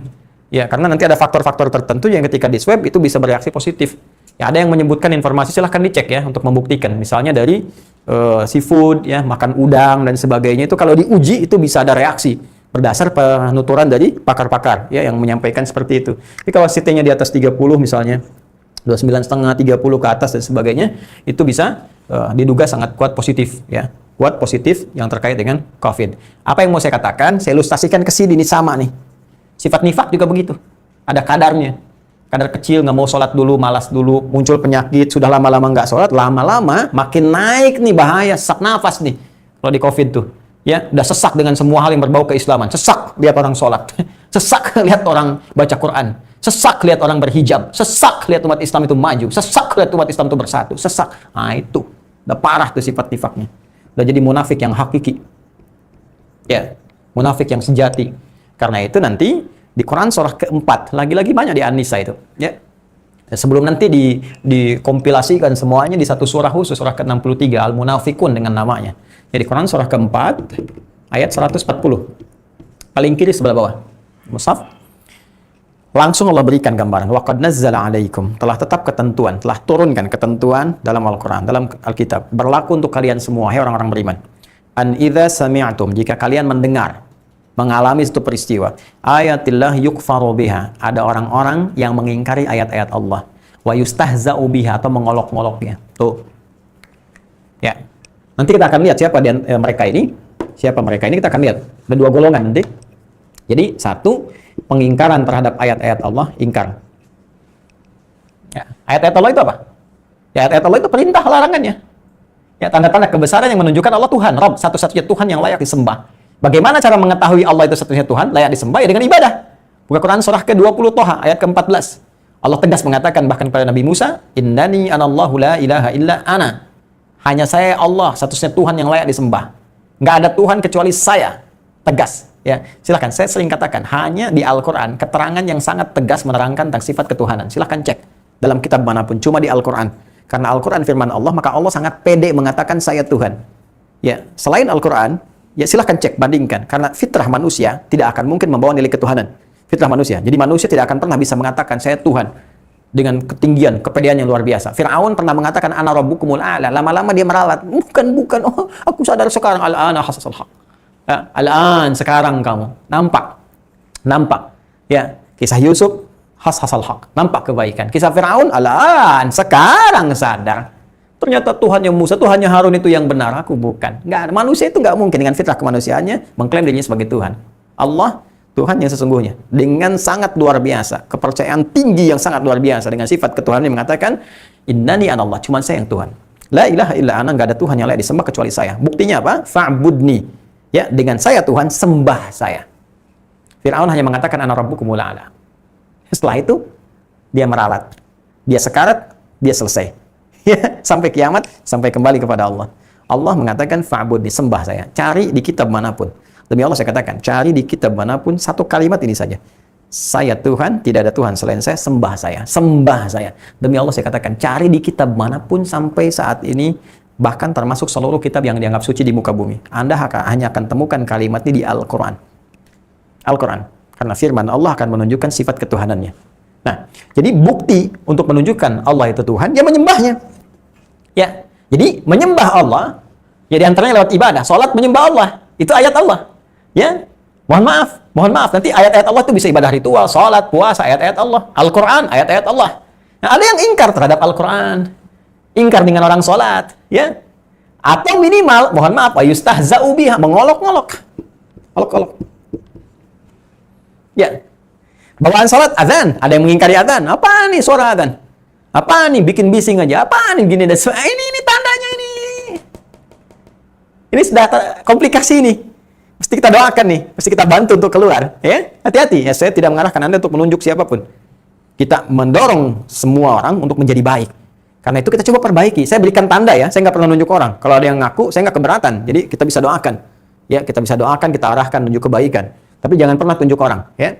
Ini kalau sudah ada yang ingkar, apalagi misalnya yang kedua, wa yustahza'u biha. Ngingkar enggak, cuma ngolok-ngolok. Ngolok-ngolok orang sholat, ngolok-ngolok orang berhijab, ngolok-ngolok orang menghafal Quran, ngolok-ngolok orang berinteraksi dengan Al-Quran. Orang mau tahajud kok disoal, kok diolok-olok. Terus yang aneh itu, yang disoal itu adalah hal terkait dengan agamanya. Itu yang aneh. Saya bingung cara berpikir orang sekarang. Ya, makanya kemarin saya sampaikan makronisme itu. Ya, saya mau tunjukkan sebentar ya teman-teman sekalian. Ini penting sekali. Kadang-kadang kalau saya nyampaikan yang seperti ini kadang-kadang langsung di-jam nih. Lambat, terus sinyal hilang, terus habis itu nanti putus agak lama, terus nanti subscriber tiba-tiba bertahan, terus nanti viewernya hilang. Saya nggak peduli, yang penting sampai pada Anda. Jadi tolong sampaikan lagi supaya kita mengerti. Ya, orientasi kita semua akhirat. Lihat baik-baik teman-teman sekalian, fokus ini. Saya belajar i'lam, belajar jurnalistik. Ya, setahun saya dapatkan materi itu. Kita belajar beberapa, dan itu ilmiah ya. Teman-teman sekalian, sekarang yang mesti kita lihat dan sangat berbahaya, sekarang ada pertarungan pemikiran. Ya, sudah ke tahap propaganda. Ya, kalau kita masuk ke dunia pemikiran itu nanti ada agitasi, ya. Agitasi, ada provokasi, ada propaganda. Dulu Soviet tuh punya satu bagian subnya itu disebut dengan agitprop, ya, agitasi dan propaganda. Dulu itu bagian bironya di komunis Soviet tempo lalu, yang kemudian diadopsi oleh Eropa, dikembangkan, sekarang masuk ke media. Ya, media itu sudah membawa sekarang sudah ke propaganda. Sudah bukan mengajak lagi, sudah bukan memengaruhi lagi, tapi merubah mindset, merubah pemikiran dan mengarahkan kepada apa yang diinginkan. Merubah cara berpikir kita dan diarahkan kepada kepentingan tertentu. Salah satunya apa? Salah satunya ada gerakan propaganda merubah pemikiran dunia yang langsung objeknya, targetnya diarahkan kepada Islam, bukan Muslim.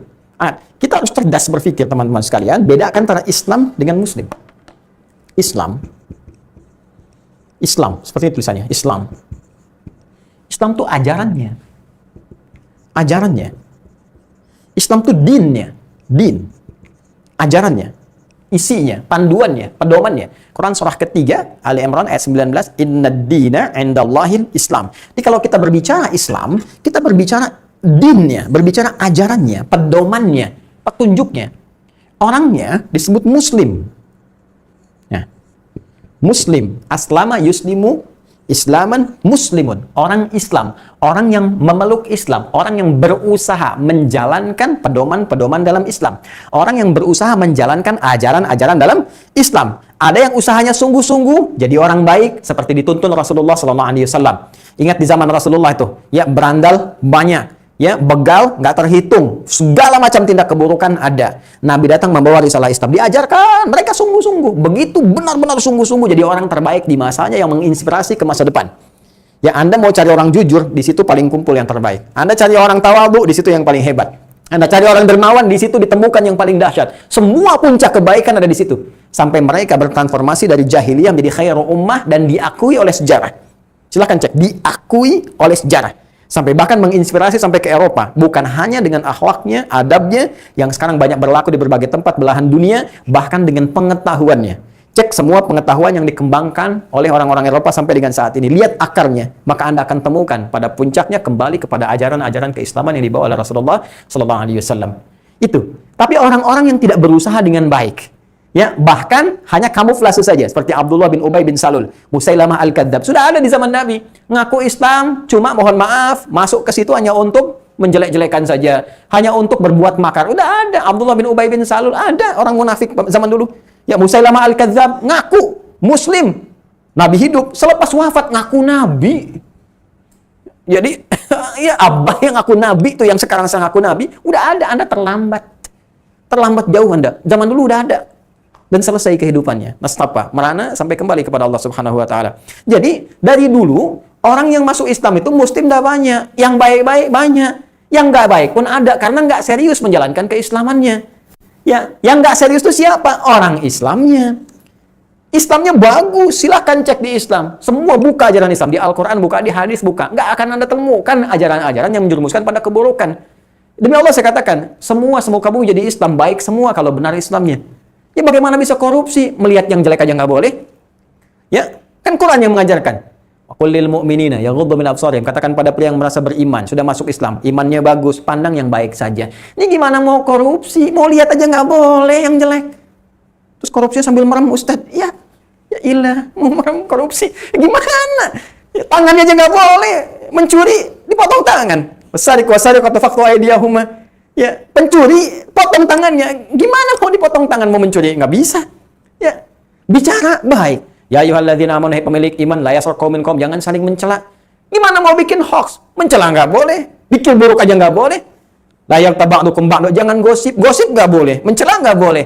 Inna ba'da dhanni itsam, prasangka buruk itu bisa dosa. Berprasangka buruk aja nggak boleh, apalagi bikin hoax, apalagi jadi buzzer. Nggak mungkin bisa.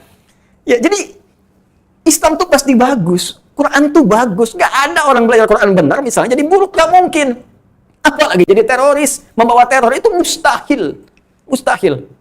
Ingat kata-kata saya. Sumber teror itu cuma dua. Ya, secara umum cuma dua makronya. Satu ekonomi. Kalau ekonomi mulai lemah, maka muncul teror. Ya, karena orang lapar. Orang lapar, orang butuh makan. Kehilangan peluang itu, maka dia nyari. Nggak dapat jalan yang baik, dia mulai muncul deh. Oh, setan ketawa ketiwi, cuma ditiup maksiat. Ya, udah itu dibawa tuh sama setan. Mulai muncul pembegalan. Begal itu kan teror. Teror itu membuat orang khawatir, takut. Datang tuh teror, itu umum tuh membuat orang takut. Bukan cuma dengan ledakan. Dengan senjata, dengan macam-macam, dengan senjata fisik itu teror. Makin banyak orang membegal itu teror. Sifatnya disebut ismenya terorisme. Udah masuk ke situ. Di faktor ekonomi, betapa banyak orang meledakkan diri dan sebagainya. Karena iming-iming tadi. Ya, bayar sekian, ini sekian, berbuatlah sesuatu yang buruk. Nembak orang, bom orang, bunuh orang, dan sebagainya. Baik, yang kedua faktor politik. Ya, bukankah Fir'aun dengan kekuasaannya secara politis nggak mau diganti? Ya, dengan secara politis takut dengan Nabi Musa. Padahal Nabi Musa datang bukan untuk meruntuhkan kerajaan Fir'aun, cuma untuk meluruskan kekuasaan supaya benar. Perhatikan, pernah nggak ada narasi dalam Al-Quran mengatakan Musa diutus untuk menghancurkan Fir'aun supaya diganti rajanya Musa? Nggak ada. Baca Quran, Suneo. Silakan baca. Idhab ila Fir'auna innahu tagha. Ya, pergilah kepada Fir'aun, dia telah menyimpang. Buka lagi surat Thaha, surat 20 ayat 43 sampai 44. Idhaba ila Fir'auna. Ya, innahu tagha. Musa dan Harun pergilah kepada Fir'aun, dia telah menyimpang. Faqula lahu qawlan layyina la'allahu yatadhakkaru aw yakhsha. Nasihati, katakan dengan lembut. Mungkin dengan kelembutan itu dia balik lagi, dia gunakan kekuasaan pada jalan yang benar. Jadi Musa diutus didampingi Harun untuk mengarahkan Firaun supaya benar dengan kedudukannya, membuat kebijakan-kebijakan yang baik, bukan untuk ganti Firaun. Firaunnya yang ketakutan karena mempertahankan hal-hal buruknya, muncullah teror pada saat secara politis. Apa yang dia lakukan? Setiap bayi yang muncul mau dilahirkan, dampingi ibunya yang sedang mengandung. Keluar perempuan, hidup laki-laki sembelih di hadapan ibu yang baru melahirkannya. Diabadikan ini di Quran surah kedua ayat 49. Wa idz najjaynakum min ali fir'auna yasumunakum su'al 'adzab yudzabbihuna abna'akum wa yastahyuna nisa'akum. Maka dia gerakkan secara politis semua hal terkait dengan dirinya. Pasukan-pasukannya, dampingi algojonya, Haman arsitekturnya, ya, cendekiawan kebelingernya, kasih masukan-masukan yang kadang buruk dan sebagainya, ditugaskan secara militer, tugaskan ini bikin apa? Teror. Jadi teror itu diciptakan. Ya, dari faktor apa? Politis. Ini yang terjadi. Ini bisa karena kekuasaan, bisa karena ekonomi, kesulitan. Karena itu di surah Quraisy jelas, alladzi at'amahum min ju' wa amanahum min khauf. Alladzi at'amahum min ju' wa amanahum min khauf. Dua faktor yang membuat kehidupan itu nyaman. Satu, ekonominya kuat. Yang kedua, amanahum min khauf. Keamanan, ketertibannya nyaman. Faktor politisnya bagus. Jadi kalau sosial, faktor politiknya, keamanan terjamin, ekonomi bagus, sosial pun akan tenang. Nah, dari mana munculnya orang-orang ini? Karena tadi. Nah, sekarang yang berbuat teror itu, berbuat hal-hal yang buruk itu nggak punya aliran. Bukan cuma Muslim, orang yang mengaku Islam, yang tidak mempraktekkan ajaran Islamnya dengan baik. Di Islam nggak ada tuntunan terorisme. Tunjukkan pada saya, di mana di Islam saya mengajarkan begal si fulan, bunuh si fulan, rampok si fulan, korupsi kamu. Nggak ada. Bom, nggak ada. Bahkan kalau baca Quran benar-benar takut. Orang baca An-Nisa aja. Lagi-lagi ke An-Nisa, 93-94, oh udah itu. Wa may yaqtul mu'minan muta'ammida. Siapa yang merencanakan pembunuhan, apalagi targetnya satu orang aja orang beriman, satu orang aja. Fajazauhu jahannam. Maka dia sama dengan memesan kafling di neraka jahanam. Orang beriman mana yang pengen pesan kafling di neraka jahanam?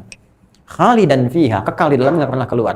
Wa ghadiballahu alaihi, Allah murka kepadanya. Wa la'anahu, dilaknat dia. Wa 'addalahu 'adzaban 'azima, dan dijanjikan siksa yang sangat dahsyat. 5 hal. Neraka jahanam, kekal gak keluar, dimusuhi oleh Allah, dilaknat oleh Allah, dan dijanjikan siksa yang berlipat. Orang beriman mana yang ingin mendapatkan itu?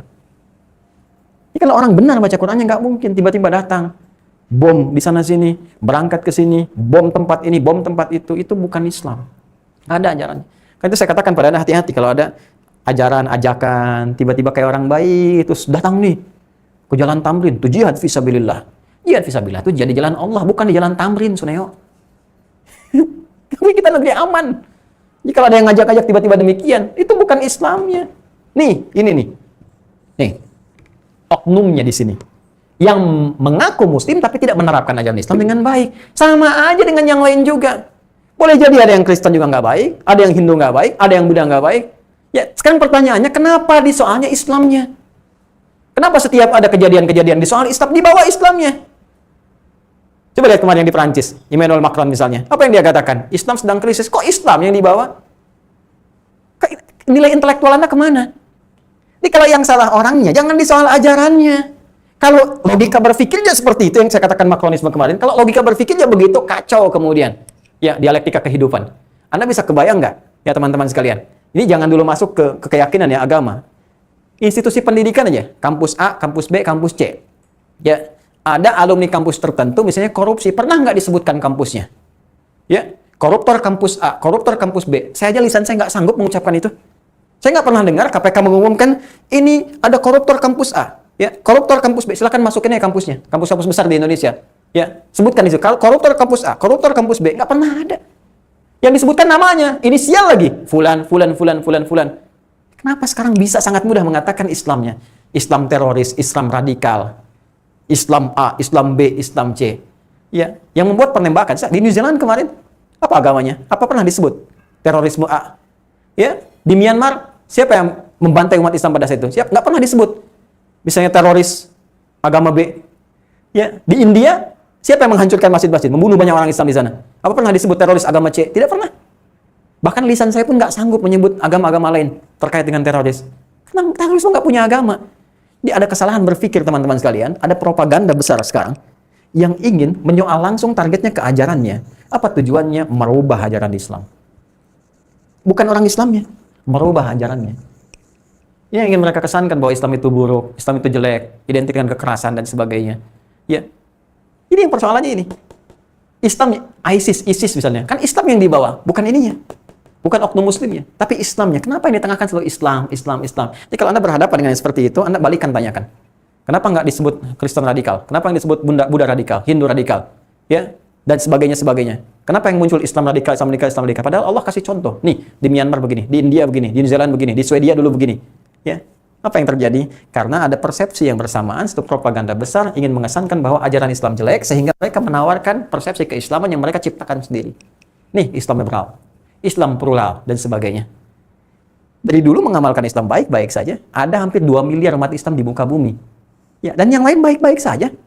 Alhamdulillah nggak ada kekerasan, yang lain baik-baik, ke masjid baik, sholat baik. Ya, hal yang baik. Ini poinnya.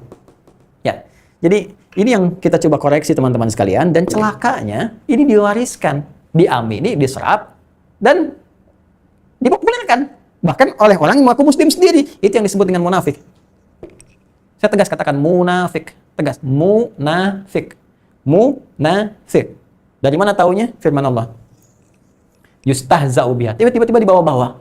Dan cirinya pas lagi. Seperti kata Al-Quran. Di Al-Baqarah ayat 11.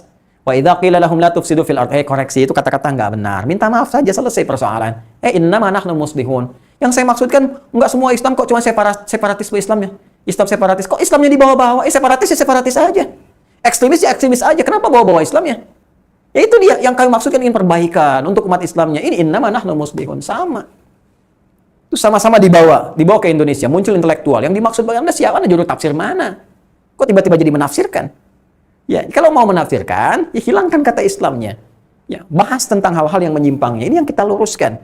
Kita juga tidak sepakat karena sekali lagi terorisme tidak punya agama. Baik.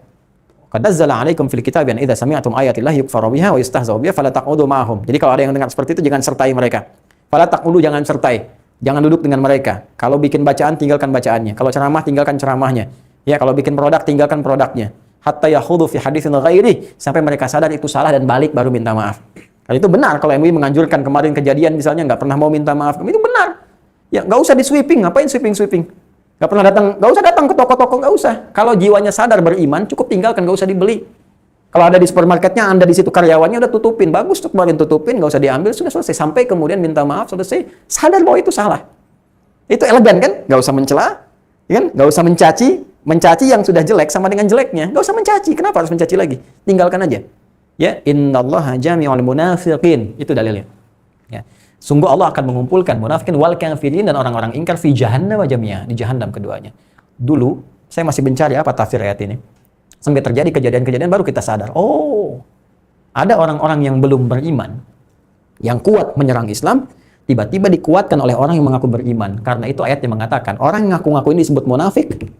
Orang yang tadi disebut dengan kafirin, jami'ul munafiqina wal kafirin. Nanti kalau yang begini nih, dua-duanya kompak menjelek-jelekan Islam tanpa sebab, menyoal, membangun propaganda yang buruk, mengarahkan pada hal-hal yang jelek, itu dikumpulkan oleh Allah di neraka jahanam keduanya. Dan kita bertobat, bermohon pada Allah supaya dihindarkan dari yang demikian. Kita berdoa, tujukan pada kebaikan. Kadang-kadang situasi begini menjadi jalan hidayah untuk kembali. Jadi kita doakan, ya. Kalau ada non-muslim belum mengerti mencela Islam, jangan langsung dihukumi dulu, mungkin karena dia belum tahu. Kan itu kita tunjukkan, kita doakan dulu, tunjukkan dulu dan sebagainya. Setelah dia mengerti, lihat responnya. Ya, apa arahnya, apa tujuan dan maksudnya. Nanti kita bisa lakukan dan counter secara elegan. Itulah Islam. Ya, baru ketika dizalimi kita bisa membela diri. Ya, membela diri. Dan hebatnya, tindakan militer dalam Islam selalu dikesankan terhadap pembelaan, bukan penyerangan. Itu dahsyatnya. Nabi pernah diserang, Nabi memaafkan, sampai tingkat serangannya membahayakan, baru muncul kemudian ayat-ayat jihad untuk membela diri secara militer. Jadi pembelaan itu muncul karena memang faktor fitrah dalam kehidupan. Nah, ini negara kita diotak-atik, kita bela, ya kita niatkan ibadah. Iman kita diganggu, kita bela, kita niatkan ibadah. Maka demikianlah dalam kehidupan itu fitrah sebagai hukum secara umum.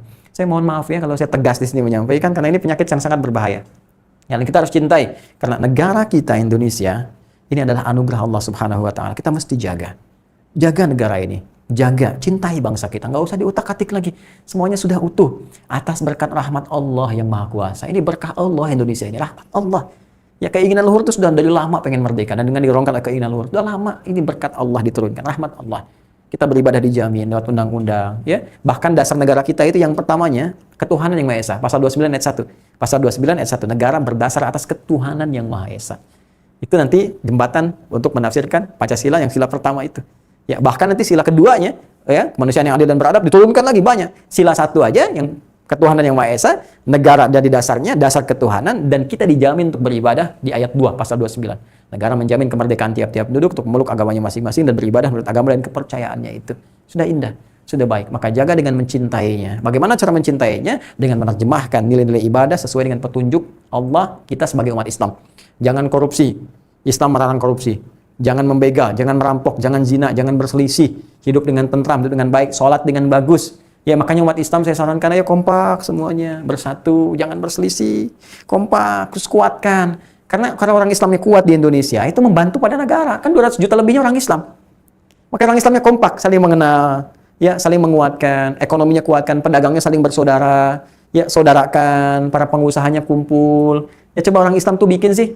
Minumannya dari orang Islam, coba sih berasnya dari orang Islam, pakaiannya dari orang Islam, kuatkan di situ. Insya Allah akan terbantu kalau rakyatnya makmur, negara ikut makmur. Kita sokong. Ya, dan itu bagian dari ibadah kita dan bagian dari pengamalan undang-undang. Dan nggak usah mengganti apapun yang ada di negara ini sudah final, sudah bagus. Tinggal bagaimana kita menjalankan dengan baik sesuai dengan petunjuk Allah Subhanahu wa taala. Ya, mohon izin saya agak dalam untuk bahasan itu dan mohon berkenan untuk menerima dengan baik. Kalau ada hal-hal yang perlu kita koreksi bersama dan kita bisa perbaiki. Wa idza qila lahum la tufsidu fil ardi qalu innama nahnu muslihun. Sedangkan orang munafik ketika diingatkan untuk meninggalkan perbuatan maksiatnya, perbuatan merusaknya, mereka kalau penyakitnya makin kuat akan membela diri dengan mengatakan innama nahnu muslihun, kami itu sebetulnya sedang merubah. Ya, kami ingin berbuat baik. Ya, niat kami bagus.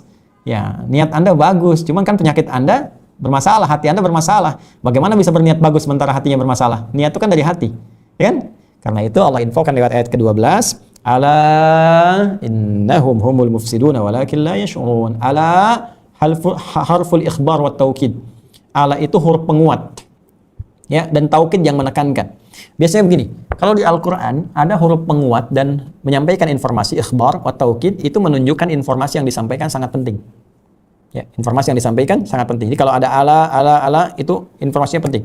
Kalau di hadis misalnya ala inna fil jasadi mudghatan, idza salahat salahal jasadu kullu wa idza fasadat fasadal jasadu kullu wa ala wahyal qalbu. Ya, saking pentingnya hati, qalbu, Nabi sampai mengatakan sungguh dalam jiwa kita itu, di tubuh kita ada satu kerat daging yang kalau baik itu baik semua tubuh, kalau jelek jelek semua. Apa itu? Qalbu. Kalau kalbunya bagus, ke semua tubuh kita akan baik pancaran kebaikannya. Di ala, jadi menjaga kalbu itu penting, informasi penting. Nah ini, di ayat ini, ala, ada hal penting kata Allah yang ingin aku sampaikan. Innahum humul mufsidun, perbuatan mereka sungguh itu merusak. Jadi bukan memperbaiki. Ya, walakin la yash'urun, akan tetapi mereka tidak menyadarinya. Jadi ini kalimat ingin meyakinkan dua sisi sekaligus. Kepada kita, orang-orang beriman, kalau kita melihat perbuatan merusak orang-orang munafik misalnya, mohon maaf, munafik pun bahasa baku ya. Jadi kalau ada hal seperti itu disampaikan saja. Nah, itu penyakit, kita perbaiki, kita doakan, kita arahkan dan kembali menjadi baik. Ya, ini kepada kita pengingat. Jadi kalau kita melihat ada orang sudah mulai malas sholat, sudah nggak bagus, terus misalnya ingin dapat pengaruh saja pakai atribut keislaman, ya dalam konteks pilkada misalnya pakai kerudung Islami, kemudian peci Islami tapi kebijakan nggak bagus, jauh dari umat Islam, diingatkan, itu mungkin peluang hidayah, jadi jangan langsung dicela. Wah mau pilkada aja nih pakai peci, jangan demikian, tapi kita doakan dulu. Alhamdulillah udah mau berkerudung, gitu kan? Jadi kalau pasang foto misalnya pakai kerudung, tulisin bawahnya Alhamdulillah udah berkerudung, gitu kan? Kita doain, kita arahkan pada kebaikan, ya. Terus relawannya support, kalau bisa pertahankan nih kalau terpilih pakai kerudung terus, kan?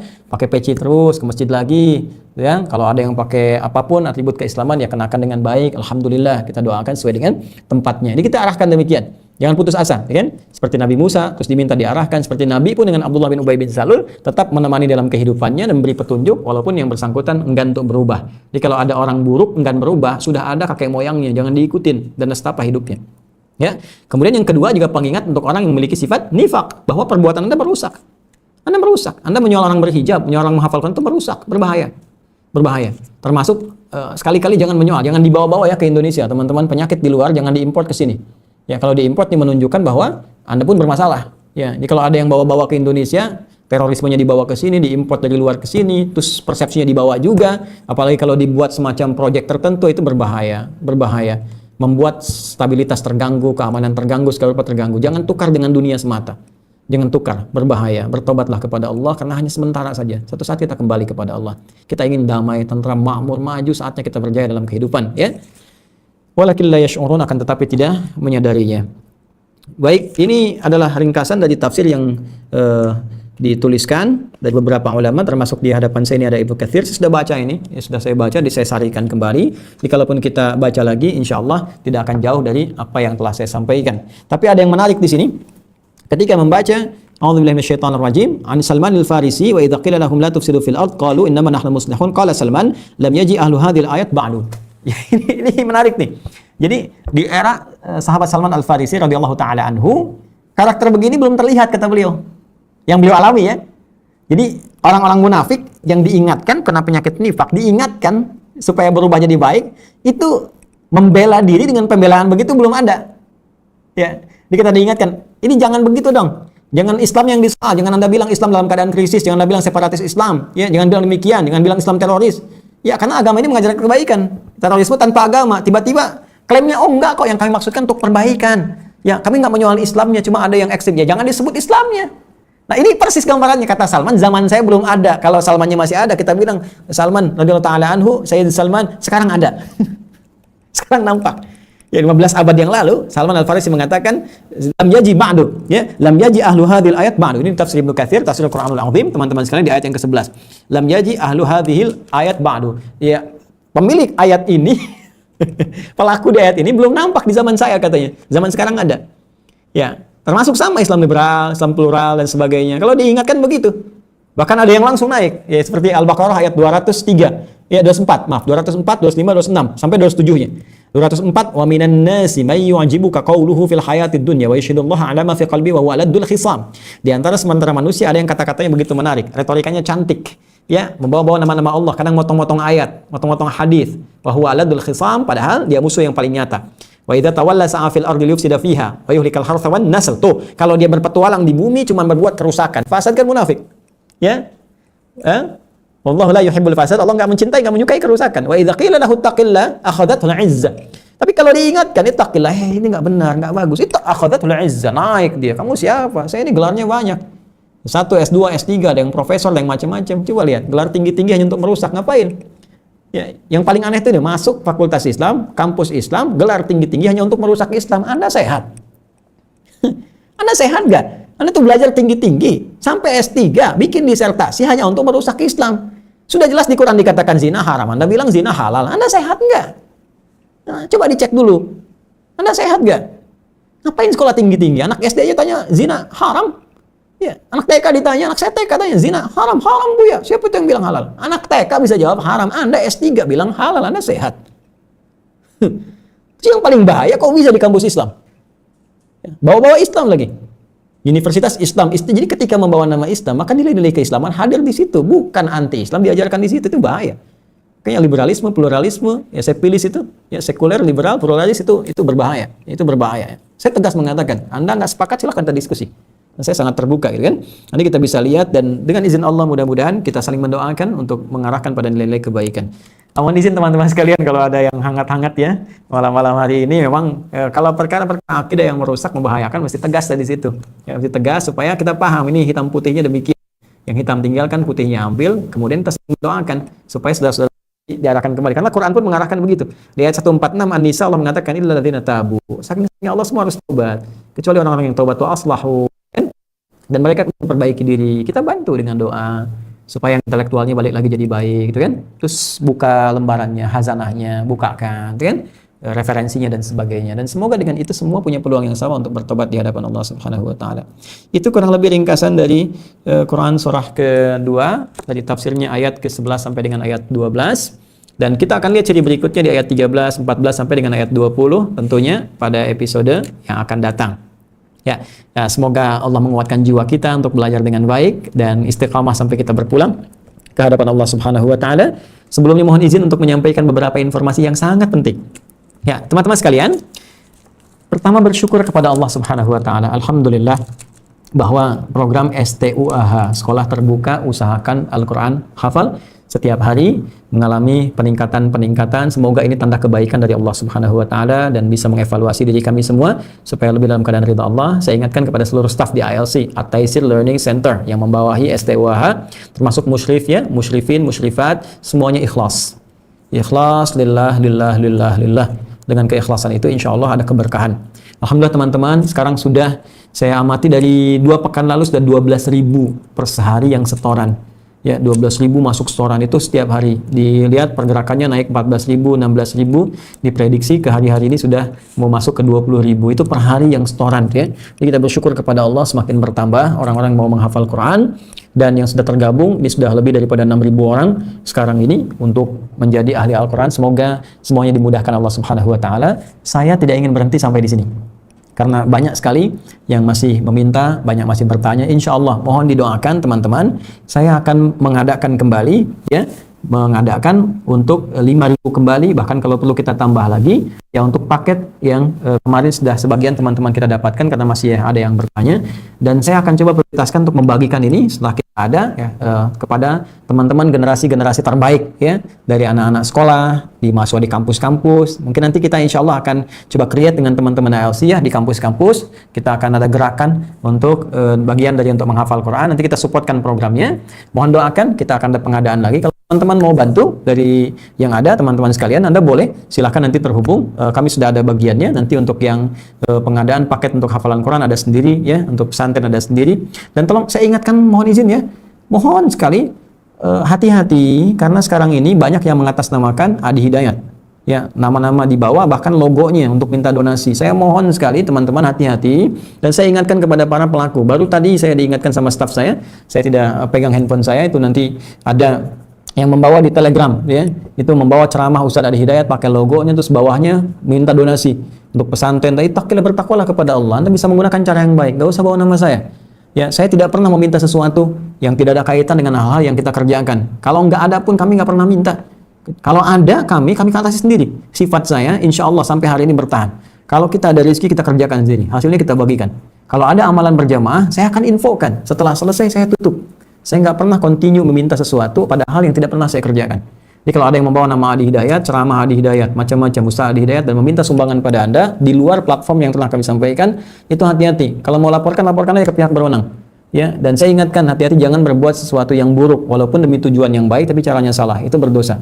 Ya, termasuk teman-teman saya ingatkan juga herbal ya, yang mengatasnamakan saya. Itu ada suara saya diambil di situ, ada gambar saya ditempelkan, jualan herbal. Mohon izin, saya tidak pernah membuat produk seperti itu. Ya, Anda bisa laporkan langsung aja. Jadi saya mohon sekali ya, jangan berbuat maksiat walaupun demi tujuan yang baik tapi caranya salah. Ya, kemarin saya dapatkan video dari TikTok, itu ada satu orang, staff saya ngasih tahu, tiba-tiba suara saya muncul di situ, gambarnya disebutkan, ada jualan herbal tertentu, kemudian ada yang gambar nama saya dipasang, ada produk herbal tertentu. Saya tidak pernah bikin produk seperti itu. Dan tolong hati-hati, ya, khawatir nanti ada efek samping yang Anda jual itu. Saya tidak bertanggung jawab. Saya tidak bertanggung jawab sedikit pun atas apa yang dipasarkan di jalan atau di pasaran sampai dengan saat ini. Herbal yang saya sudah teliti dari 6 bulan yang lalu, ya bahkan sudah saya serahkan ke Kemenristek, kami sedang riset bersama. Di BNPB saya serahkan, di WAIS juga ada, itu sedang kita kembangkan. Sekarang mau ke arah dengan LIPI. udah melewati juga bahkan uji toksisitas dan sebagainya. Ya saya nggak pernah jualan. Kalaupun kita ada stok, kita bagikan gratis, ya, dan kita ukur dosisnya, arahnya kemana. Ya, namanya PH7, ya, Prophetic Healing abad ke-7. Dan saya nggak pernah sebut apapun yang sekarang dipasarkan dengan nama saya. Jadi hati-hati teman-teman sekalian ya, itu bisa berbahaya, termasuk membawa efek samping tertentu, dan termasuk galang-galang donasi dan sebagainya saya tidak pernah. Dan tidak pernah mereka ada koordinasi dengan saya sedikit pun. Ya, mohon izin saya mengingatkan karena sayang saya. Ya, karena sayang saya kepada Anda semua, teman-teman, hindarkan itu. Status Anda itu tolong buang, gitu kan, tulisan-tulisan Anda dan sebagainya membawa nama saya tidak bertanggung jawab sedikit pun, dan semoga Allah berikan hidayah kepada kita semua. Kalau Anda ada yang terkait dengan COVID dan sebagainya, kami ada stok dari apa yang kami sudah buat dengan standarisasi, sekarang jadi kapsul, ya, dari beberapa bagian tertentu, kami kuatkan dosisnya, kami riset dan sebagainya, itu nggak sembarangan. Kalau kami ada stoknya, Anda sampaikan, lihatkan swabnya, kami berikan. Seperti kami sampaikan sampai dengan saat ini, dan kita bekerja sama dengan lembaga formal untuk diteliti lebih lanjut, sehingga manfaatnya bisa luas. Ya, selain dengan program mungkin vaksin atau yang lain yang dikembangkan oleh pemerintah atau yang lainnya, wallahu ta'ala alam bisawab. Teman-teman sekalian, terakhir untuk pesantren yang kemarin sudah banyak sekali ditanyakan, insya Allah bersabar karena saya sedang membuat dua hal bersamaan. Jadi saya selama ini sedang menyiapkan lahan, bersamaan dengan itu menyiapkan calon-calon guru yang saya didik langsung. Jadi bisa meneruskan perjuangan yang selama ini saya sampaikan. Ya, ada yang sedang menempuh pendidikan juga di Timur Tengah, sudah kami kirimkan sejak 2-3 tahun lalu. Ada yang di Madinah, alhamdulillah. Ada yang di Sudan, alhamdulillah. Ada yang di Turki, ada yang di Al-Azhar di Mesir, alhamdulillah. Sampai sekarang juga ada yang masih dengan saya. Jadi kita ada di program PUKAU namanya, ya, PUKAU, Pendidikan Utama Kader Ulama. Ya, itu sedang kita siapkan. Nanti kami infokan, kami update, ya, dan kita akan terima lagi murid baru untuk ke depan. Yang kedua, untuk lahan juga sedang kita siapkan. Saya sengaja tidak ekspos karena ada kondisi tertentu saat kita ekspos, dan di lokal saja itu berdampak kepada kenaikan lahan dan sebagainya. Ada permainan-permainan yang mudah-mudahan juga Allah berikan hidayah untuk semuanya. Ya, supaya kita baik semua, saya kira itu yang saya sampaikan. Semoga ada manfaat untuk semua. Saya mohon maaf jika ada hal-hal yang kurang berkenan. Mohon didoakan sehingga setiap saat bisa berubah menjadi lebih baik. Terima kasih. Saya mencintai Anda semua karena Allah Subhanahu wa taala. Kita berdoa semoga dikabulkan doa kita. Allahumma taqabbal minna innaka antas samiul alim wa tub alaina innaka antat tawwabur rahim. Allahumma 'allimna ma yanfa'una wa waffiqna lin'amala ma ta'allamna bih. Allahumma ij'alna min ahlil Qur'an waj'alil Qur'ana sahiban lana fid dunya wa syafi'an lana fil akhirati ya arhamar rahimin. Allahumma rabbana atina fid dunya hasanah wa fil akhirati hasanah wa qina adzaban nar. Wa sallallahu ala sayyidina Muhammad wa ala alihi wa sahbihi ummati ila yaumiddin. Wa akhiru da'wana subhanakallahumma wa bihamdika nashhadu an la ilaha illa anta nastaghfiruka wa natubu ilaik walhamdulillahi rabbil alamin. Assalamualaikum warahmatullahi wabarakatuh.